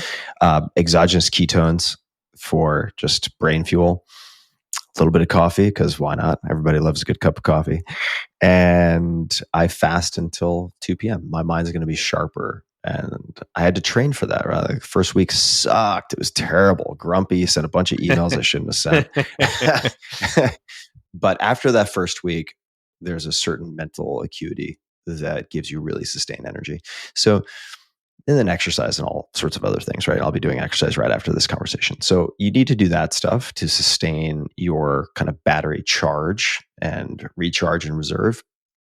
But also, no matter what the factors are, it's like if you are going to run out of energy, just like really, you see some footage of people like crawling across the finish line in marathons. Like, okay, you can potentially crawl across, but if it's like DNF, did not finish, it's like, that's a problem, right? So I do think just really the energy game is where it is, and I don't want to get too esoteric. I'll talk about some of the things that were hard for me with Coyote, because there wasn't really a period of suck. I wouldn't say there was always energy add. That also had a lot to do with the people I was working with. I'll talk about some of the harder things, but it's if you have, let's just say, okay, money as a currency, something you trade for other things, is interesting. Okay, fine. But then there's time, non-renewable. But below time, like on let's just say a pyramid, right? Sort of as foundations. But like below time is attention, right? If you're distracted, if you have notifications, if you're constantly self-interrupting, et cetera, et cetera, et cetera, you don't really have that time if you don't have the attention. Right? If you're sitting on the floor, quote unquote, playing with your kids, but you're on your phone, are you really playing with your kids? Did you really have QT with your kids? Maybe not, right? Are you really working if like bullshit memes from my friends are popping up every 2 seconds on WhatsApp and iMessage. Like, maybe you're not actually working. And then below that, you have energy. And like energy is where the buck stops. That is what everything else depends upon. So I've just, particularly as I get older, I really think of that as the game is energy management. And I would say with the difficult periods for any project, or more difficult parts, are going to really vary. Right. With the books, it's like there's also the aspect of being isolated, which I didn't have with Coyote, thank God, because the team in Explain Kittens is great and very, very game to improvise and try things that are out of the box. But well, I mean, I had to cut a ton of stuff that I wanted to put into this game. Okay. Right. So it's just like killing your darlings and letting go and not being a bull in a china shop from a creative perspective, particularly if someone else has a lot more experience. That's sometimes a tricky equation, just because it's like, well, what if your gut is telling you X, but the person with more experience is telling you Y? I mean, that's like a whole separate podcast. But it's like, okay, you have this game. Like, what are the economic realities of shipping a game? How do you make, and I may not use this term technically correctly, so please feel free to yank it from my bag of expressions, but like to create a balanced deck in the sense that the types of cards you want to appear with a certain frequency are appearing with a certain reliable frequency, that certain types of cards are not overly present because they make the games too difficult or too short, right? Et cetera, et cetera, et cetera. To drop cards, for instance, like, look, you can sell a lot of things at mass retail, but if you have anything related to God or gods or anything that seems profane or sexual, I don't think so, right? Most of those are going to get yanked, or you should yank them, because God forbid you have like a couple of parents come back and be like, did you realize this huge retailer that this is in this game? You could have a gigantic disaster on your hands, right? And I have a very adolescent sense of humor. And I says the guy who created Cock Punch. Yeah, right. Yeah, precisely. So there were a lot of cards that play tested so well. Like, people thought they were hilarious, right? Some of the favorite cards from playtesting, and I was like, we can't use that. So those were some of the compromises that were hard for me. And we went back and forth endlessly. I mean, spreadsheets with tons of tabs. Everything's rated, every card, based on like observed response, but also stated impression. I mean, like, there was a lot of analysis. But at the end of the day, look, if you want to play on the big field with the big retailers, and it's easy, I think, for someone like me, who's mostly a cord cutter, who orders a lot of my stuff online, to misunderstand just how big these retailers are, right? It's like, I think 90% of the US lives within 10 miles of a Walmart, right? Like the food security of this country depends on retailers like Walmart and Target. It's like if they go out of business, it is a national crisis, right? I mean, not that they're going to go out of business. Well, let's use that as a pivot then, because I wanted to talk about the choice to go exclusive with Walmart, which I think is ending soon. It might be over by the time we air this. By the time this comes out, it'll be and so the marketing for a game like this and the launch, one of the lessons you want to learn was how to deal with these big boys. But one of the strengths you bring to the table is, you've always been kind of at the forefront of innovative marketing and finding channels and optimizing channels. So I'd love to kind of maybe some lessons that you learned and some maybe lessons that you could apply, that other people could apply, in terms of how to approach a game launch in general, or trying to approach one of these kind of mass market style launches. So I'm gonna watch myself a little bit on this answer. I'll share what comes to mind that I think is fair to share. But on the inside baseball of, say, how to be a diplomat with the politics and everything involved with huge big box retail, I'll let you can ask Alon about that because he is a Jedi with all of it. He is so good. I used to be obsessed with infomercials because I had insomnia as a kid. So I was up really late and I would watch these infomercials, and in-person demos at like trade shows and state fairs, obsessed with this kind of thing, like live pitches. And Alon might be the best I've seen, like him in person in pitch meetings. It is like watching Yo-Yo Ma or like Steph Curry at 3-pointers. Just like, wow, that's something I can't do. Right. But here's what I can say is that when you're dealing with any kind of distribution where you have different retailers or distributors vying for position, if you're lucky enough to be in that type of circumstance, or if you helped create that circumstance, you're going to have to think about channel balance, channel conflict, and how to negotiate and how to position all of these things. So you could ask Alon why we did it this way, but ultimately ended up with Walmart for whatever it was, I think a 2 or 3 month window. So it's been a bestseller at Walmart. It has done super, super well. And that's why, even though basically the large and international launch is happening right now, like when people are listening to this, so it's everywhere. We had also the traction with the social media, right? So we had the gameplay itself has 300 million plus social views now. It's insane. And we can certainly talk about that and some of what we learned there.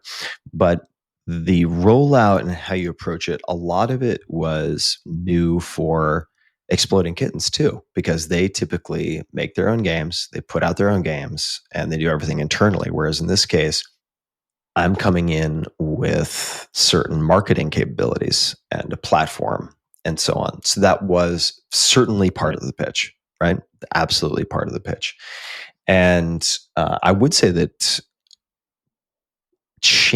managing channel strategy is something that I think is really undervalued.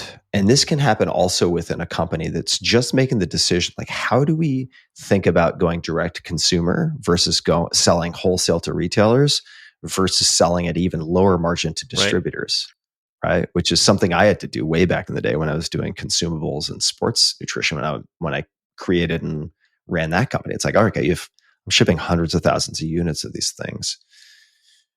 I don't want to build out a huge company. Yeah. What do you do? It's not easy. Right? And there's a lot of trade-offs in every field. I mean, obviously I can speak to games more, but when we have products that we sell direct to our customers or through a crowdfund versus when we did a mass market exclusive with Target for You Gotta Be Kidding Me, which was awesome.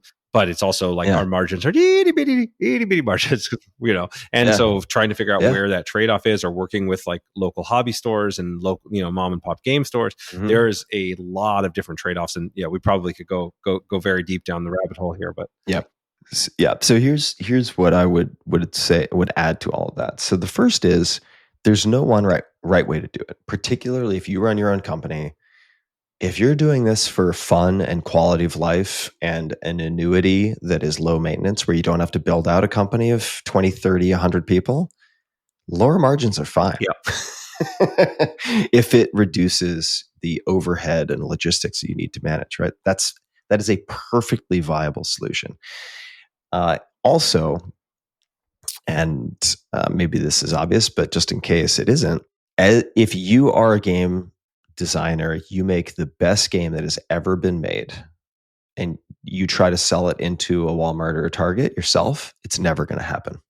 Because think about it from their perspective. They do not have the capacity, certainly not the desire, to deal with thousands of different people who don't have supply chain experience, manufacturing experience, know how the game is played and how it works within something like a Walmart or Target or anything else for that matter. That's true with certainly with, say, even a Barnes and Noble for books, right? If you're like, here's my self-published book and I'm going to do X, Y, Z print run, there's no way they're going to carry it.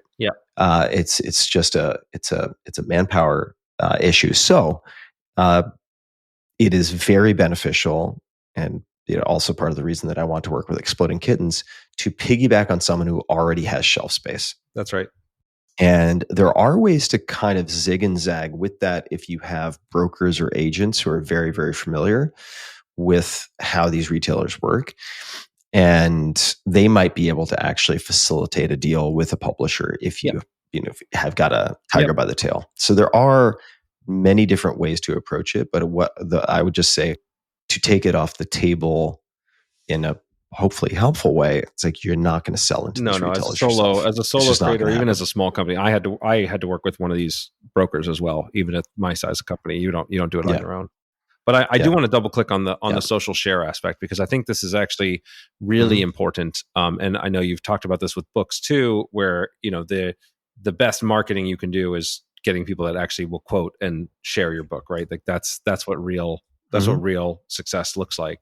And the same is true for games, right? It's all about word of mouth. I want to bust this game out with my friends. In fact, it's even more so for games, because you intrinsically need other people to play them. So you're gonna share it if it's right. So totally. And creating something that's could go viral and create these moments, which Coyote definitely does, I think is really important. So maybe if there's some principles or distillations from that of like what went into your thinking for Coyote to make it that way, what could people potentially do if they want to make games that could succeed in that that channel and encourage this kind of sharing and moments that people talk about?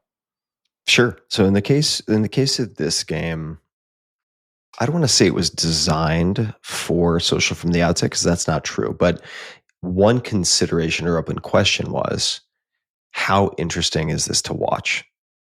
Right? Absolutely part of the consideration, right? Because there are plenty of games that are super fun to play and very boring to watch, right? It's like, look, I love shooting archery, but it's like the woman I'm dating now has watched me do so much archery, and I'm like, I am so sorry. Like, this is the most boring thing in the world for you to watch. It's fun for me to do, but it's boring to watch. No offense, archers. I love archery. But every wife or husband of an archer knows what I'm talking about. They're like, oh God, please don't make me watch another 1,000 arrows. So in the case of this game, from the beginning, there was some thought around, at least in the open question, like, how can we make this more interesting to watch? Because that will make it more interesting to play. And I may be slightly getting this wrong, but the maxim of Exploding Kittens is something along the lines of, we don't make entertaining games. We make games that make players entertaining to one another. Elon talked about that on our episode here, which is great. Right. So it matches exactly what we're talking about, which is part of the reason why their games in general do well on social media. Right? Make the players entertaining, not the game, right?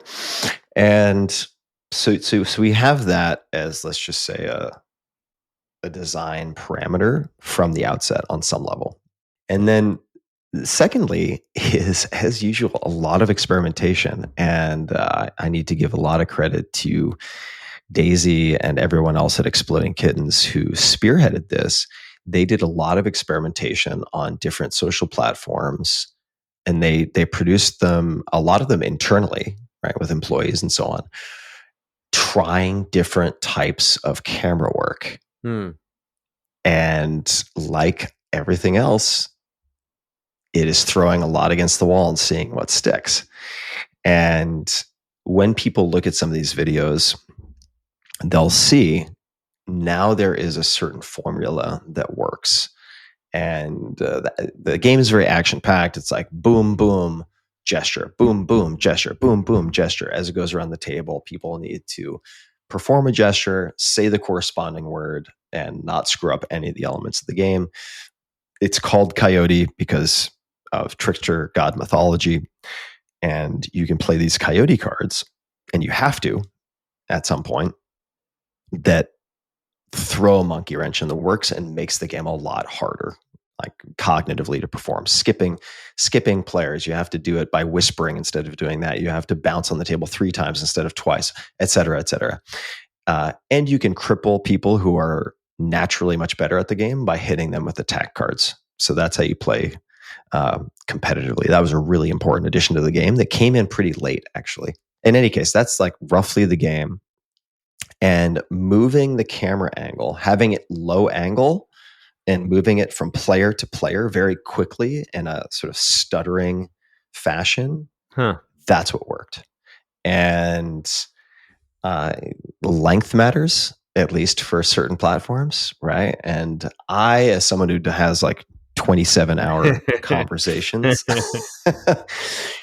have a visceral aversion to really short form stuff. But I will tell you, and this relates to the learning again, but TikTok moves games. It really does. And TikTok for me has never had any impact on anything I have done.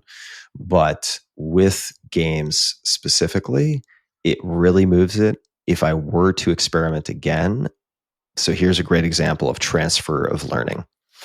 When I launch something, anything, I always try to pick one or two new channels or types of media, platforms, experiments, which even if they don't work for this project, might have some application to something in the future. So for instance, when I launched the 4-Hour Chef, which just about killed me in terms of doing a massive project in an absurdly short period of time, what did I do at that time? I asked a bunch of my friends who had launched books and other things, what is an undervalued promotional channel that punches well above its weight class? Like, what is that? Because there's always something.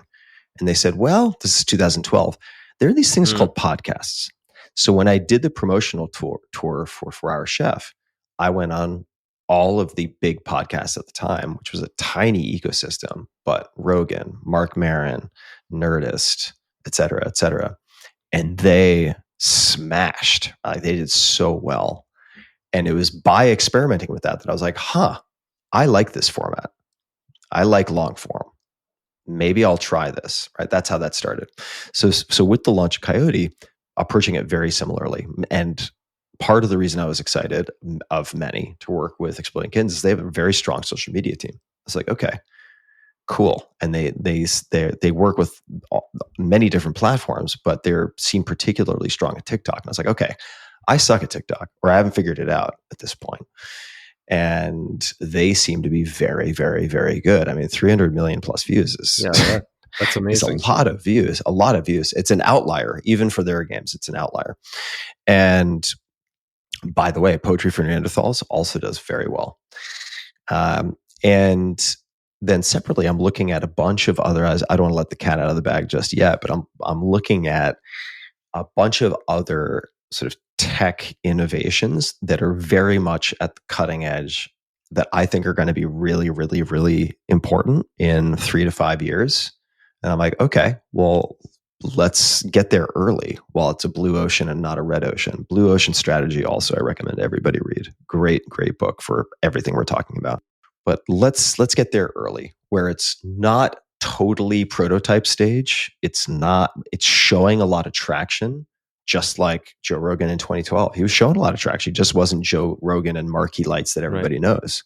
But if you looked closely enough, there was a lot of traction. Like the growth trajectory was insane. It's like there are things right now that show that most people have never heard of. So it's like, okay, let me learn about that.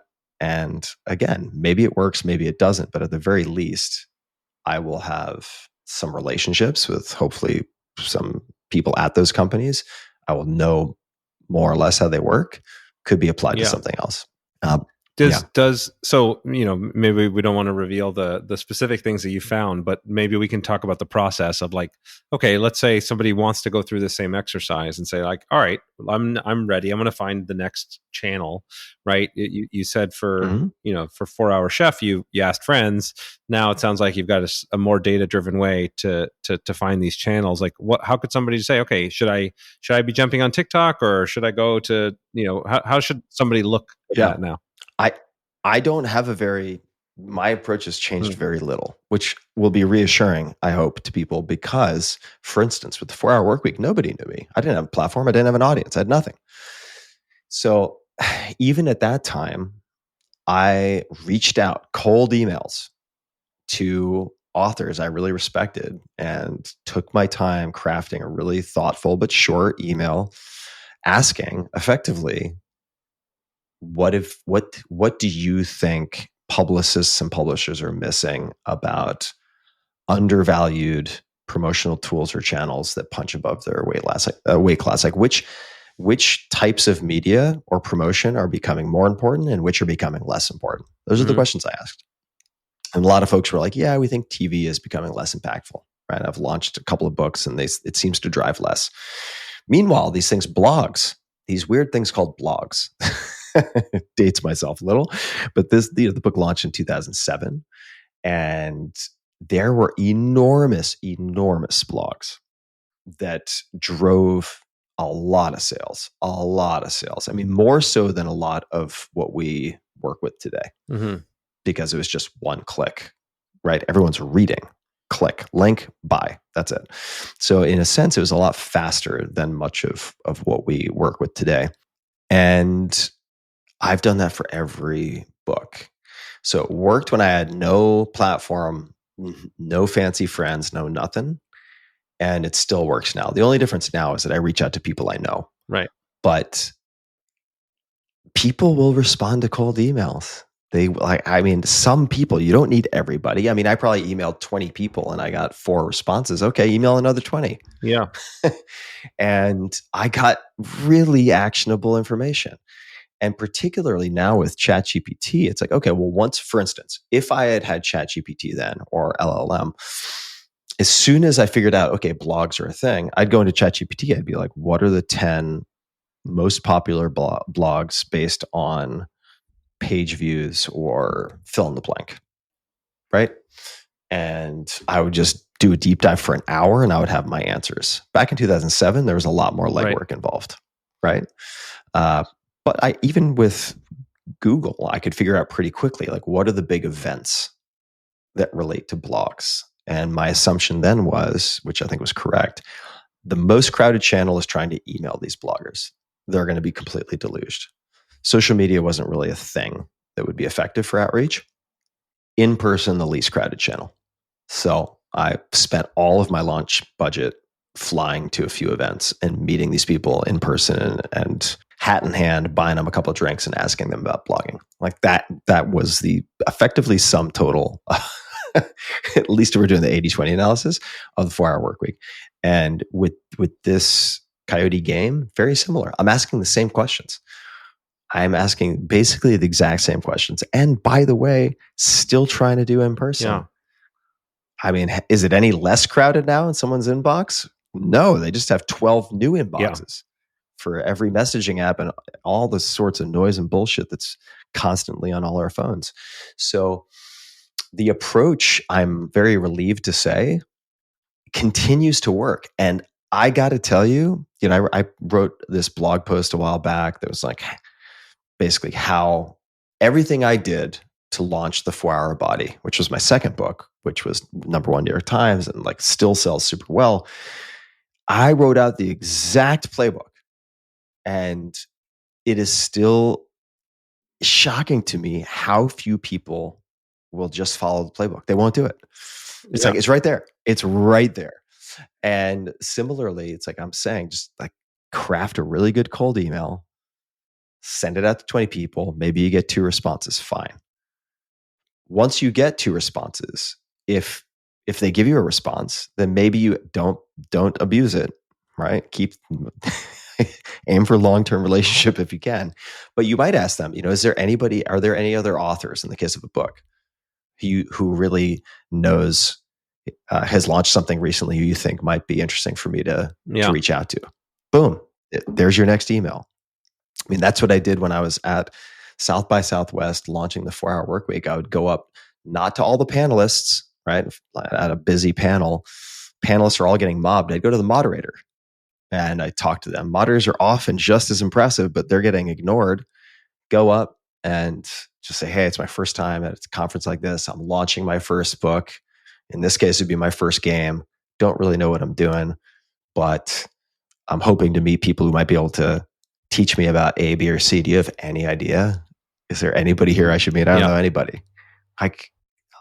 people will help you out. Everyone's been helped out. The game industry is one of the nicest places that you could possibly be. I mean, everybody is here because they love it and they want to connect. And so, I'm actually going to Gen Con next week. I'm coming back to the States for Gen Con next week, which is our 15th anniversary for Ascension. We launched the game there.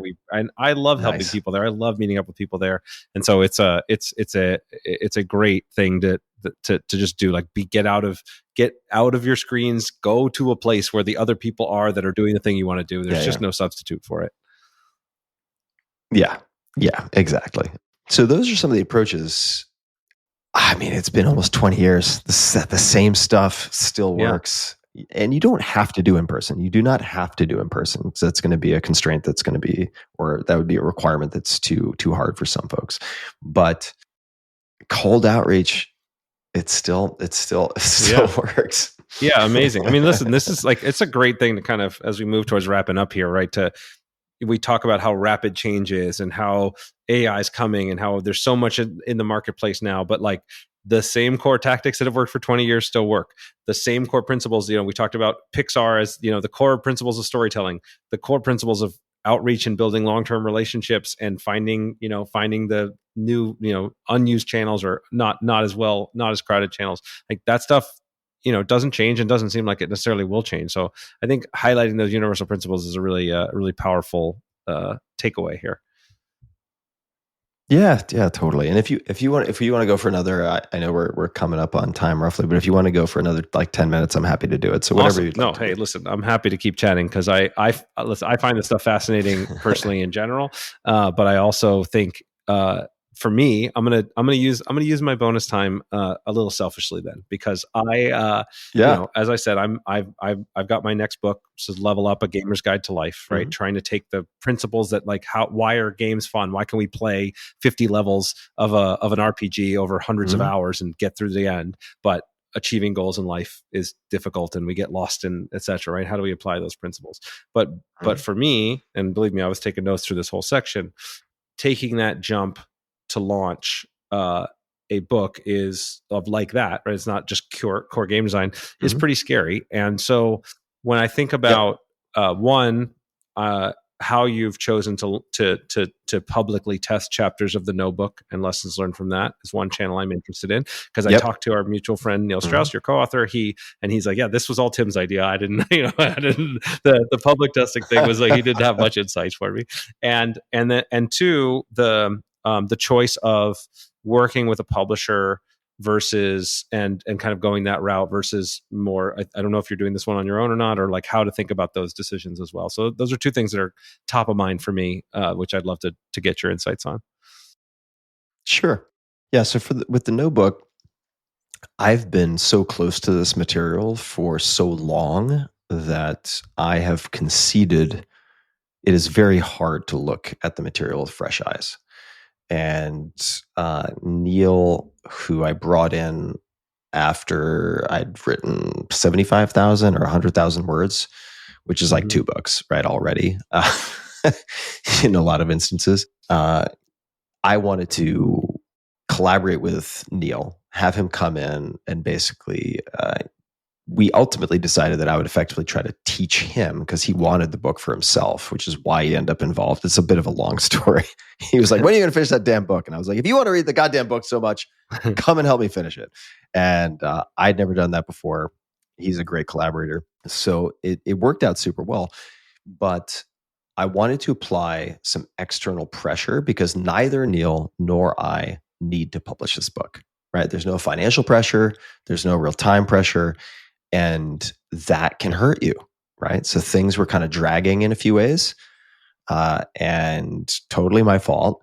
But I was like, okay, look, let's start to put this out publicly or semi-publicly into we ended up using Circle as a community and putting chapters into Circle and getting feedback and then revising the chapters. And that helped us to push forward in different types of edits and refining. Super helpful.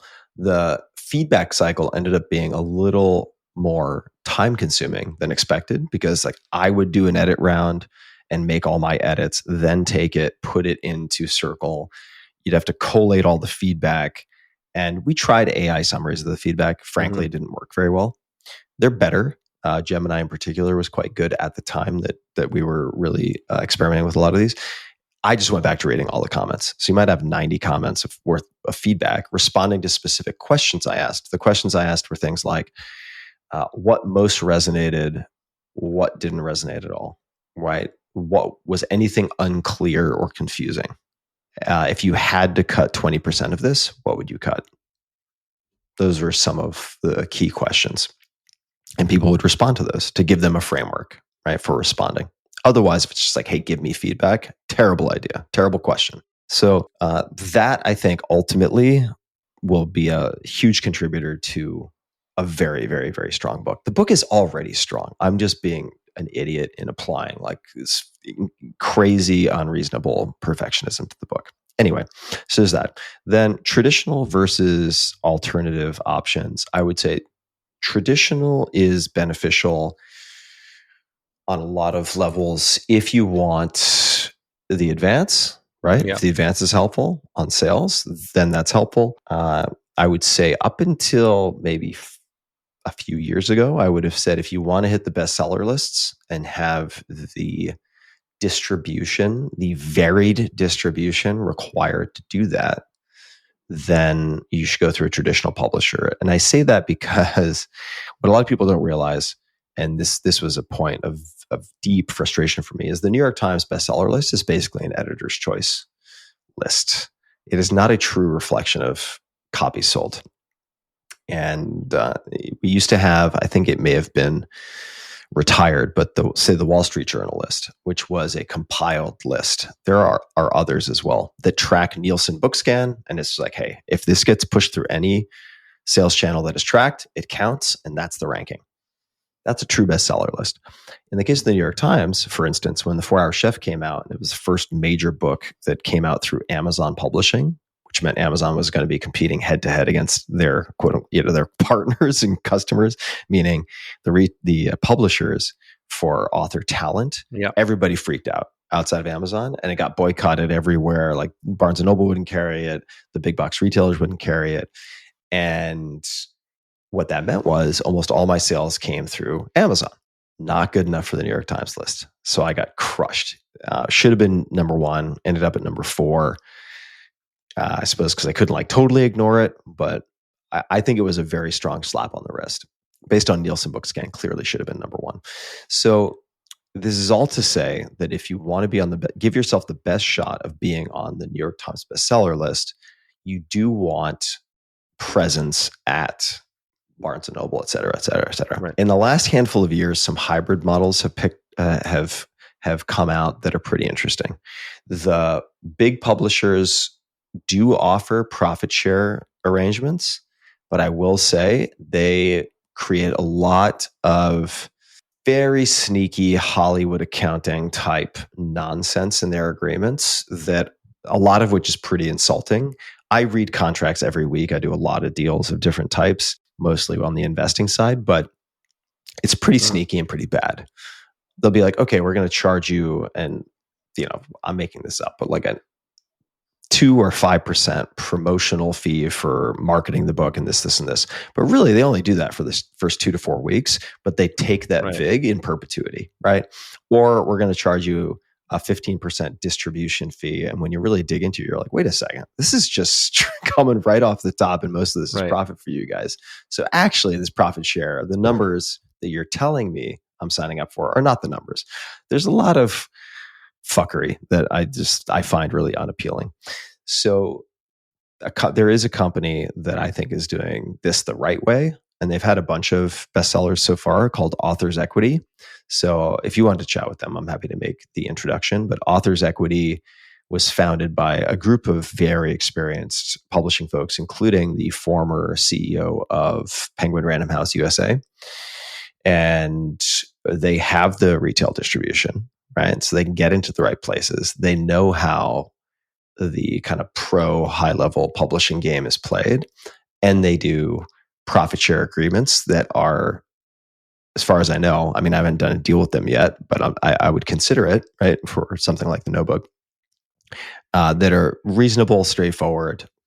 I think someone like that is worth talking to.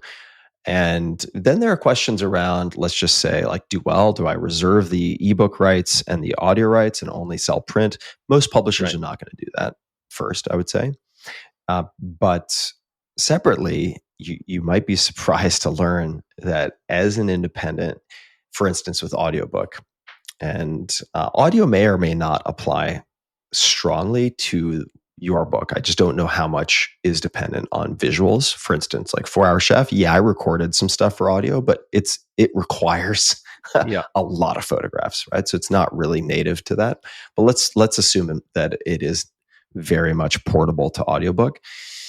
You used to be able to get, I want to say, up to like 75% royalties as an independent through ACX and Audible and so on. As expected, and this is true everywhere. So it's like, look, kudos to Amazon for creating such a behemoth that controls the market. But as they got more and more market share, the royalties came down and down and down and down. I don't know what it is currently, but I think it's maybe a max of 25%, could be even lower. And the big publishers, on the other hand, and I believe probably also Authors Equity with the relationships that they have, are able to negotiate better deals. So even if you give some of these publishers a percentage of the upside on the audio, you still end up making more per unit because they have the economies of scale where they have this kind of collective bargaining power to get better rates from Amazon and Audible. So those are some of the considerations that I would keep in mind. I do think it's helpful to have pros involved for your first, let's call it, mainstream book, because there's so much that's invisible to you right now. Potentially, just like with the game, right? Just as making the game, like, I got through parts of it and they're like, well, there's certain aspects of this I could have predicted. Then there are all of these different steps where I was like, oh my God, like I never would have guessed in a million years that this is something that we would need to spend a lot of time on. And I'm glad to have some pros who are able to like break ground in front of me as we're doing this, because this would have been a nightmare for me to try to figure out on my own. So things like that. I think it can be helpful to have a partner. It'll just be a lot of brain damage otherwise, which isn't to say it can't be done, but it's very, very rare for someone to do it all themselves and to hit the bestseller lists, which I think is not necessarily, it's not the only goal, but it's kind of like a nice, discrete goal where you can reverse engineer it and figure out how many copies roughly you need to target selling for each week, say, of the first several weeks of launch. And that provides a focus that I think is helpful, even if you don't hit the lists. Yeah. So I'll stop there. Yeah. But what is that number nowadays, if you don't mind my asking? It depends on the week. It depends on the category. So you can look at things like, I think Publishers Marketplace might have some numbers. You can certainly try to find somebody who has access to Nielsen BookScan to look at historical data. Part of the reason that I launched the 4-Hour Workweek in April of 2007 was I wanted a softer period. I didn't want to come out in the holidays. I didn't want to come out at New Year's. I didn't want to launch when it would be maximally competitive, because it is a ranked list, right? And that stuff matters. It's like if you want to, I'm just using this as a counterexample, but I've since launched things during the holidays, but it's like, oh my God, in advice how-to, which is where I would be slotted, which at the time, maybe they've expanded it, but I think that at the time, nonfiction was 10 spots in the print edition of the New York Times, and advice how-to was 5 or something like that. And you would just have the biggest cookbooks of the year. You would have the hugest behemoths come out that time of year, and you're done. You're dead, dead in the water. Or there might be some incumbent, like let's just say a year or two ago, probably even still today. I mean, good for him too. James Clear, who's one of the largest investors in Authors Equity, by the way. Atomic Habits. It's like, okay, that thing owns a position on advice how-to. You're not going to take out Atomic Habits. Just ain't going to happen, right? And at any given time, you might have 2 or 3 of those that just own spots. So the softer the week that you can target, the more likely it is that on a ranked list, you will perform better. And even still, look, I mean, the 4-hour work week was rejected by something like, I'm not exaggerating, guys, it's like 26 to 29 publishers, meaning imprints, like editors, were like, absolutely not. And then when they bought it, it was like next to no money paid out over 4 to 5 installments over, a year and a half to 2 years, right? Definitely not enough to live on. And then when they did the initial print run of the 4-hour work week was like 10,000 copies. People couldn't buy it. Like, it did not have full distribution at all. And so even though I got a lot of the promotion right, I think it ended up number 13 on the extended list, with which people in the publishing world saw, but nobody in the real world saw. And it took from April until August for it to hit number 1. Yeah. It was a slow build, but yeah, hopefully some of that's helpful. I would also say, just for some inside baseball, books tend to be published, at least for a long, long time. I think this is still the case, on a Tuesday or a Thursday. You want to come out on a Tuesday. If the New York Times is still tabulated Sunday to Sunday, because think about what happens if you come out on a Thursday. Your pre-orders all hit on Amazon and so on, and then you have Thursday, Friday, Saturday, basically. You have a small portion of a week, and then it's a bit of a mess from a tabulating and calculating perspective. So you want to come out earlier. Exactly these kinds of things, exactly where we talk about moving into a new category, these little details that you've learned and that are little tricks of the trade. It is so helpful to have expertise and have somebody on your side. That I love the knowing that Authors Equity has, like, generally speaking, good reliable people and actual authors behind it, and deals that are not trying to screw you over. The vibe I've gotten from other publishers or people I've talked to who've done publishing deals is very often that they're gonna screw you every way they can screw you. And well, and by the way, like, publishing is publishing, right? It's like you're gonna run into a lot of these issues in music. I would imagine that you can run into a lot of these issues in the game world, right? Like, publishing is publishing. Like, everyone's trying to figure out how to make things work. There are profit share deals, there are advanced deals, there are hybrid deals, and do not be your own lawyer. do not be your own lawyer. Like, there are certain places to spend money. That is one of them. Awesome. Well, I appreciate this this divergence into my new area of interest here, and it's so fun to have you in this world. It's the game you've made is super fun. Is there anything that you can tease or want to tease in terms of, like, what you're working on next in this space or excited about as a follow-on? And to be honest, I have no idea. The way that I think about something like Coyote is available everywhere, folks. CoyoteGame.com. It's everywhere. So, you can go to Amazon, Target, Walmart, wherever. It should be everywhere. The reason that I don't know what's next is, and coming back to my statement earlier that I don't have a 10-year plan professionally, is that my assumption is if I go fully all in on my 6 to 12 month project, which in this case, it took 2 years, but it's still pretty, it's not, I feel proud of that, from 0 to 1, like it got done, and if you just try to do your absolute best job on that one thing, you cannot predict the types of doors and interesting opportunities that will open in front of you. The types of people who might come out of the woodwork and send you an email, the serendipity that will surface. And for that reason, I don't want to commit to what's next. Could I see very easily a bunch of different possible expansion packs? Yeah.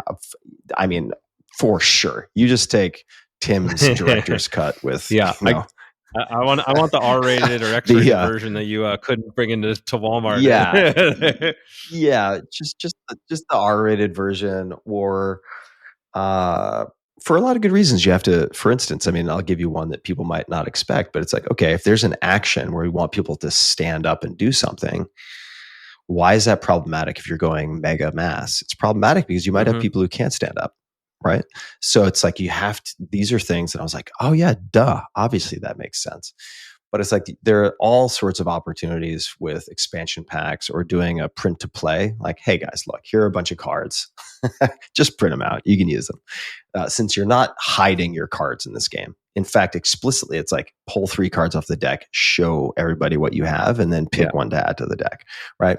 So I want to add one more thing, just because we didn't mention it, is that I've had so much fun designing a game. There are 10 blank cards in every deck. And the real hilarity, I mean, it's already very fun and funny, but when you can create your own cards.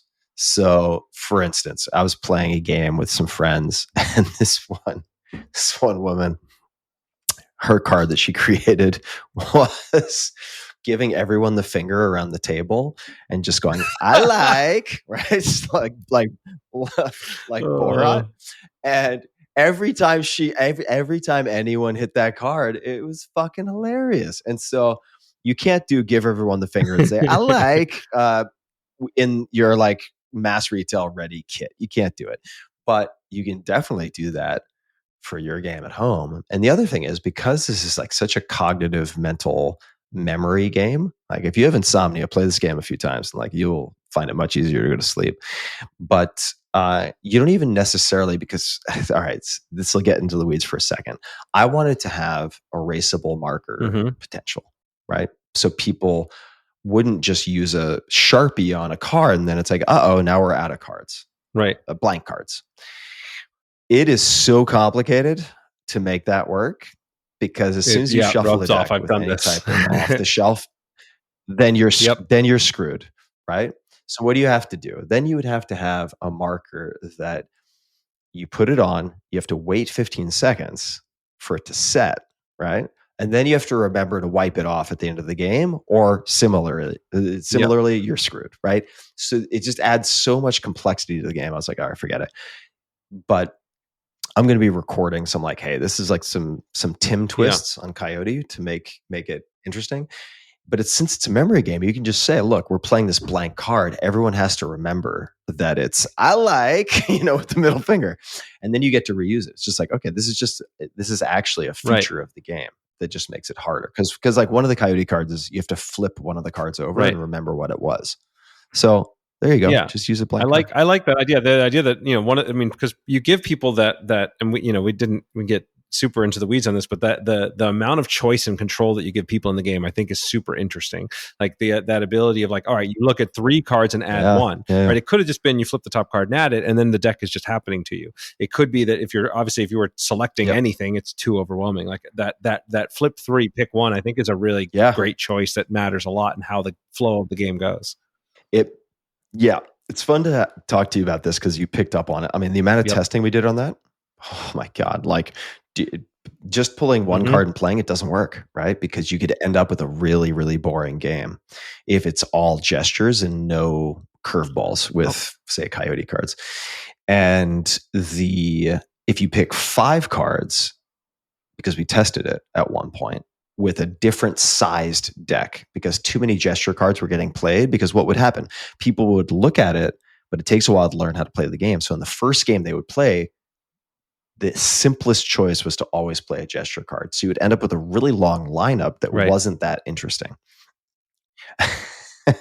So and then we played around with, say, 5 cards. Okay. And really encouraging people to play the Coyote cards. What's the problem there? There's a lot of dead space where when they pull 5, they're considering each card and reading each card, and it made it slower paced and less fun. So that reminds me also, I forgot to ask, I did want to talk about the cooperative versus competitive versions, because there's making a mark there. My guess is, knowing you, that you were really pushing for the competitive version. But what was the decision there? If there's time? Yeah, there's time. I actually wanted to have both from the very outset, and had played some games like The Mind or any number of others. I know that's kind of a controversial one, which I think is pretty hilarious that it gets people so fired up. But I played a number of games that were, I think, what is it? is it called Pandemic? There's something with a name like that that's also Pandemic's a collaborative. cooperative game that you're trying to stop the disease and run around the world. Yeah. So collaborative, cooperative game. So I enjoyed both for different reasons. And honestly, one of my friends was kind of responsible for the cooperative / collaborative mode because he's a former Olympic athlete, medaled, total stud, and he is the sorest, most pain in the ass loser you have ever played a game with. He is such a petulant shot. This is a grown man who has like also amazing professional pedigree. And he is such a petulant, whiny child that it's just a huge pain in the ass to play with him. You're just like, bro, come on. Like, are you serious right now? And while there is something to be said, like we played Poetry for Neanderthals and his now wife, her native language isn't even English, and she smoked him at Poetry for Neanderthals. And he was so angry, so angry. There is like, it is sometimes entertaining to watch someone who gets that upset. Not when it's your significant other. Let's just say, but that's just my not when it's your significant other. Yeah. So in a family, though, let's just say, right? I do think the cooperative mode is a nice way to warm up. It's also a way to include everyone if someone's really weak at the game so that everyone's playing together. And with this particular deck, it also wasn't that hard to do, right? It wasn't that hard to figure it out. The gameplay is still very, very, very similar. And you're just not necessarily going to use the attack cards as much, for instance, right? But to win the game cooperatively, I think right now it's like 12 cards, 3 of which have to be Coyote cards or attack cards, something like that, right? And once you have that and you complete it successfully, you win the game. So it wasn't that hard. It was easy enough to include in the instructions, but for me, absolutely, if I had to pick one, competitive all the way. It's just, that's the way to go. I enjoy that. And I think that similarly, the attack card mechanic, I think it's also, it's just fun to kind of screw over your friends and have that like that competitiveness to it. But as the social balancing aspect to what's otherwise a parallel game, it's actually really nice, right? As you said, if somebody's really good at this game, well, okay, we're just going to throw attack cards on them, make it harder for that person specifically. So it's another nice way to balance a differential of skill within a group. Absolutely. That's why it was made. And that came from me playtesting and having some of my employees playtest. And there were a few patterns that came up. People who are very good at mathematics or chess, and in some cases, musicians, crush people at this game. Like left unfettered, they just tend to win every time, and it's very annoying. And it just ceases to be fun, right? So that is how the attack cards came to be. And it was like, okay, everybody can just like tie that guy's ankles together, put a blindfold on that woman, make it a lot harder. I mean, not literally, but just to handicap them and make it harder. Although if you do want to put a blindfold on your blank cards and you're in game with Coyote, go ahead and post a video on social media and let us know how it goes. That's gonna be an interesting one. You would have to have someone with a very good memory to pull that one off. But some of the videos also that have gone super crazy include cards that people have created, which makes me so happy. Like one is just random noise. Like somebody created a card which is like random noise with a gesture. Like, it's pretty funny, especially when you're moving quickly and people's brains just glitch. I really encourage for anybody that has this game to do just put some inside jokes onto the cards ahead of time and don't tell the other people in the room when it shows up. I think there's just like whatever funny thing the other person says, or like I think there's the opportunities for that are I think great, and it just to kind of full circle it, right? It comes back to I think a lot of what makes D&D great in a lot of these games where, I grew up playing Magic or whatever, where like there's that ability for you to customize and like show off who you are and show off parts of your personality that I think Coyote does really well here, because it forces you into a frame of being silly right away, right? The art does it, the style, everything. What you're doing is kind of ridiculous. But it allows you to, if you're super competitive, you could get super competitive with it. If you're just, want to be playful with it, you can be playful with it. And then the kind of creativity of blank cards throwing in, it feels like it hits a lot of genres for a lot of people. Yeah, totally. And I wrote this whole mythology and the story. Of course you did. Of course you did. I wrote this whole thing, which I haven't shared yet, but I thought at some point I was like, this might be fun. Well, listen, Tim, I mean, I love the way that your mind works. I love to see you in these different creative expressions. And if I could give, kind of any piece of advice for you, is I think, these, you could tell, like, don't be afraid to lean in to this, like leaning into the badass story world you want to do, lean into the thing. Like you've shown that you have this skill set across this board. Like you can absolutely do the, not joke, not even pretending to joke. Like, here's the cool world. Here's the cool story. Here's the deep game thing. Like, I want to see it. I know you want to make it. Like, I want to see that come to life. Yeah, so, I do. Yeah. Thanks, man. I'm going to be meeting up with some of my friends who are actually working in the feature film world, focused on building like these tiny kind of SEAL Team 6 teams within film studios with new tech. And I think I want to make a Legends of Varlata movie trailer based on Tyrion and some of these, not Tyrion, with Tyrolean and some of the characters in the last few chapters of the fiction that I started building out. Cause I have the entire story arc. It's already and there. I still like, and we won't talk about it on the recording, cause I still like the core concept we were kicking around back in the day with those characters, like the sort of like little, whatever, more slightly, mid-tier kind of complexity game where it's like it can get people invested and you can have the characters with the stories associated with it. I think that there's a fun world to explore there. But I'll save that for offline for now. Yeah, totally. And look, I'm having fun with this game. I could see doing more games for sure. I mean, it also feels like after you've gone through the hard knocks of bumping into walls and tripping over the carpet, metaphorically speaking, to figure out like just how to handle the basics and figure out the process for round one. It's like, you probably should try round two. Now that you've got your yellow belt, at least. That's right. That's right. Try round two. So we'll see. I'm getting a little ahead of myself. Obviously, I'm super excited about the launch. And we'll see where it goes. I'm not attached, and at the same time, I'm super hyper. You can't help it. You're playing you're playing the game of business and the game of product launching, and that's a fun game. You want to win. Yeah. It's super excited. So TBD, all right, I hope so people everybody check it can out. go to coyotegame.com. Any major retailer by the time this airs, where anything else that they can do to help promote the game, or should that you want to pitch here? I would say and this isn't just for like social promo. I want to see it. Like if you create some house rules and new cards, like just record the gameplay and throw it online. And there's a letter from me in every box that's just like, hey, this is just throw up, like tag me and Exploding Kittens and we'll find it. I want to see. The most fun I've had so far is watching people create new cards and new types of gameplay. Like anything is fair.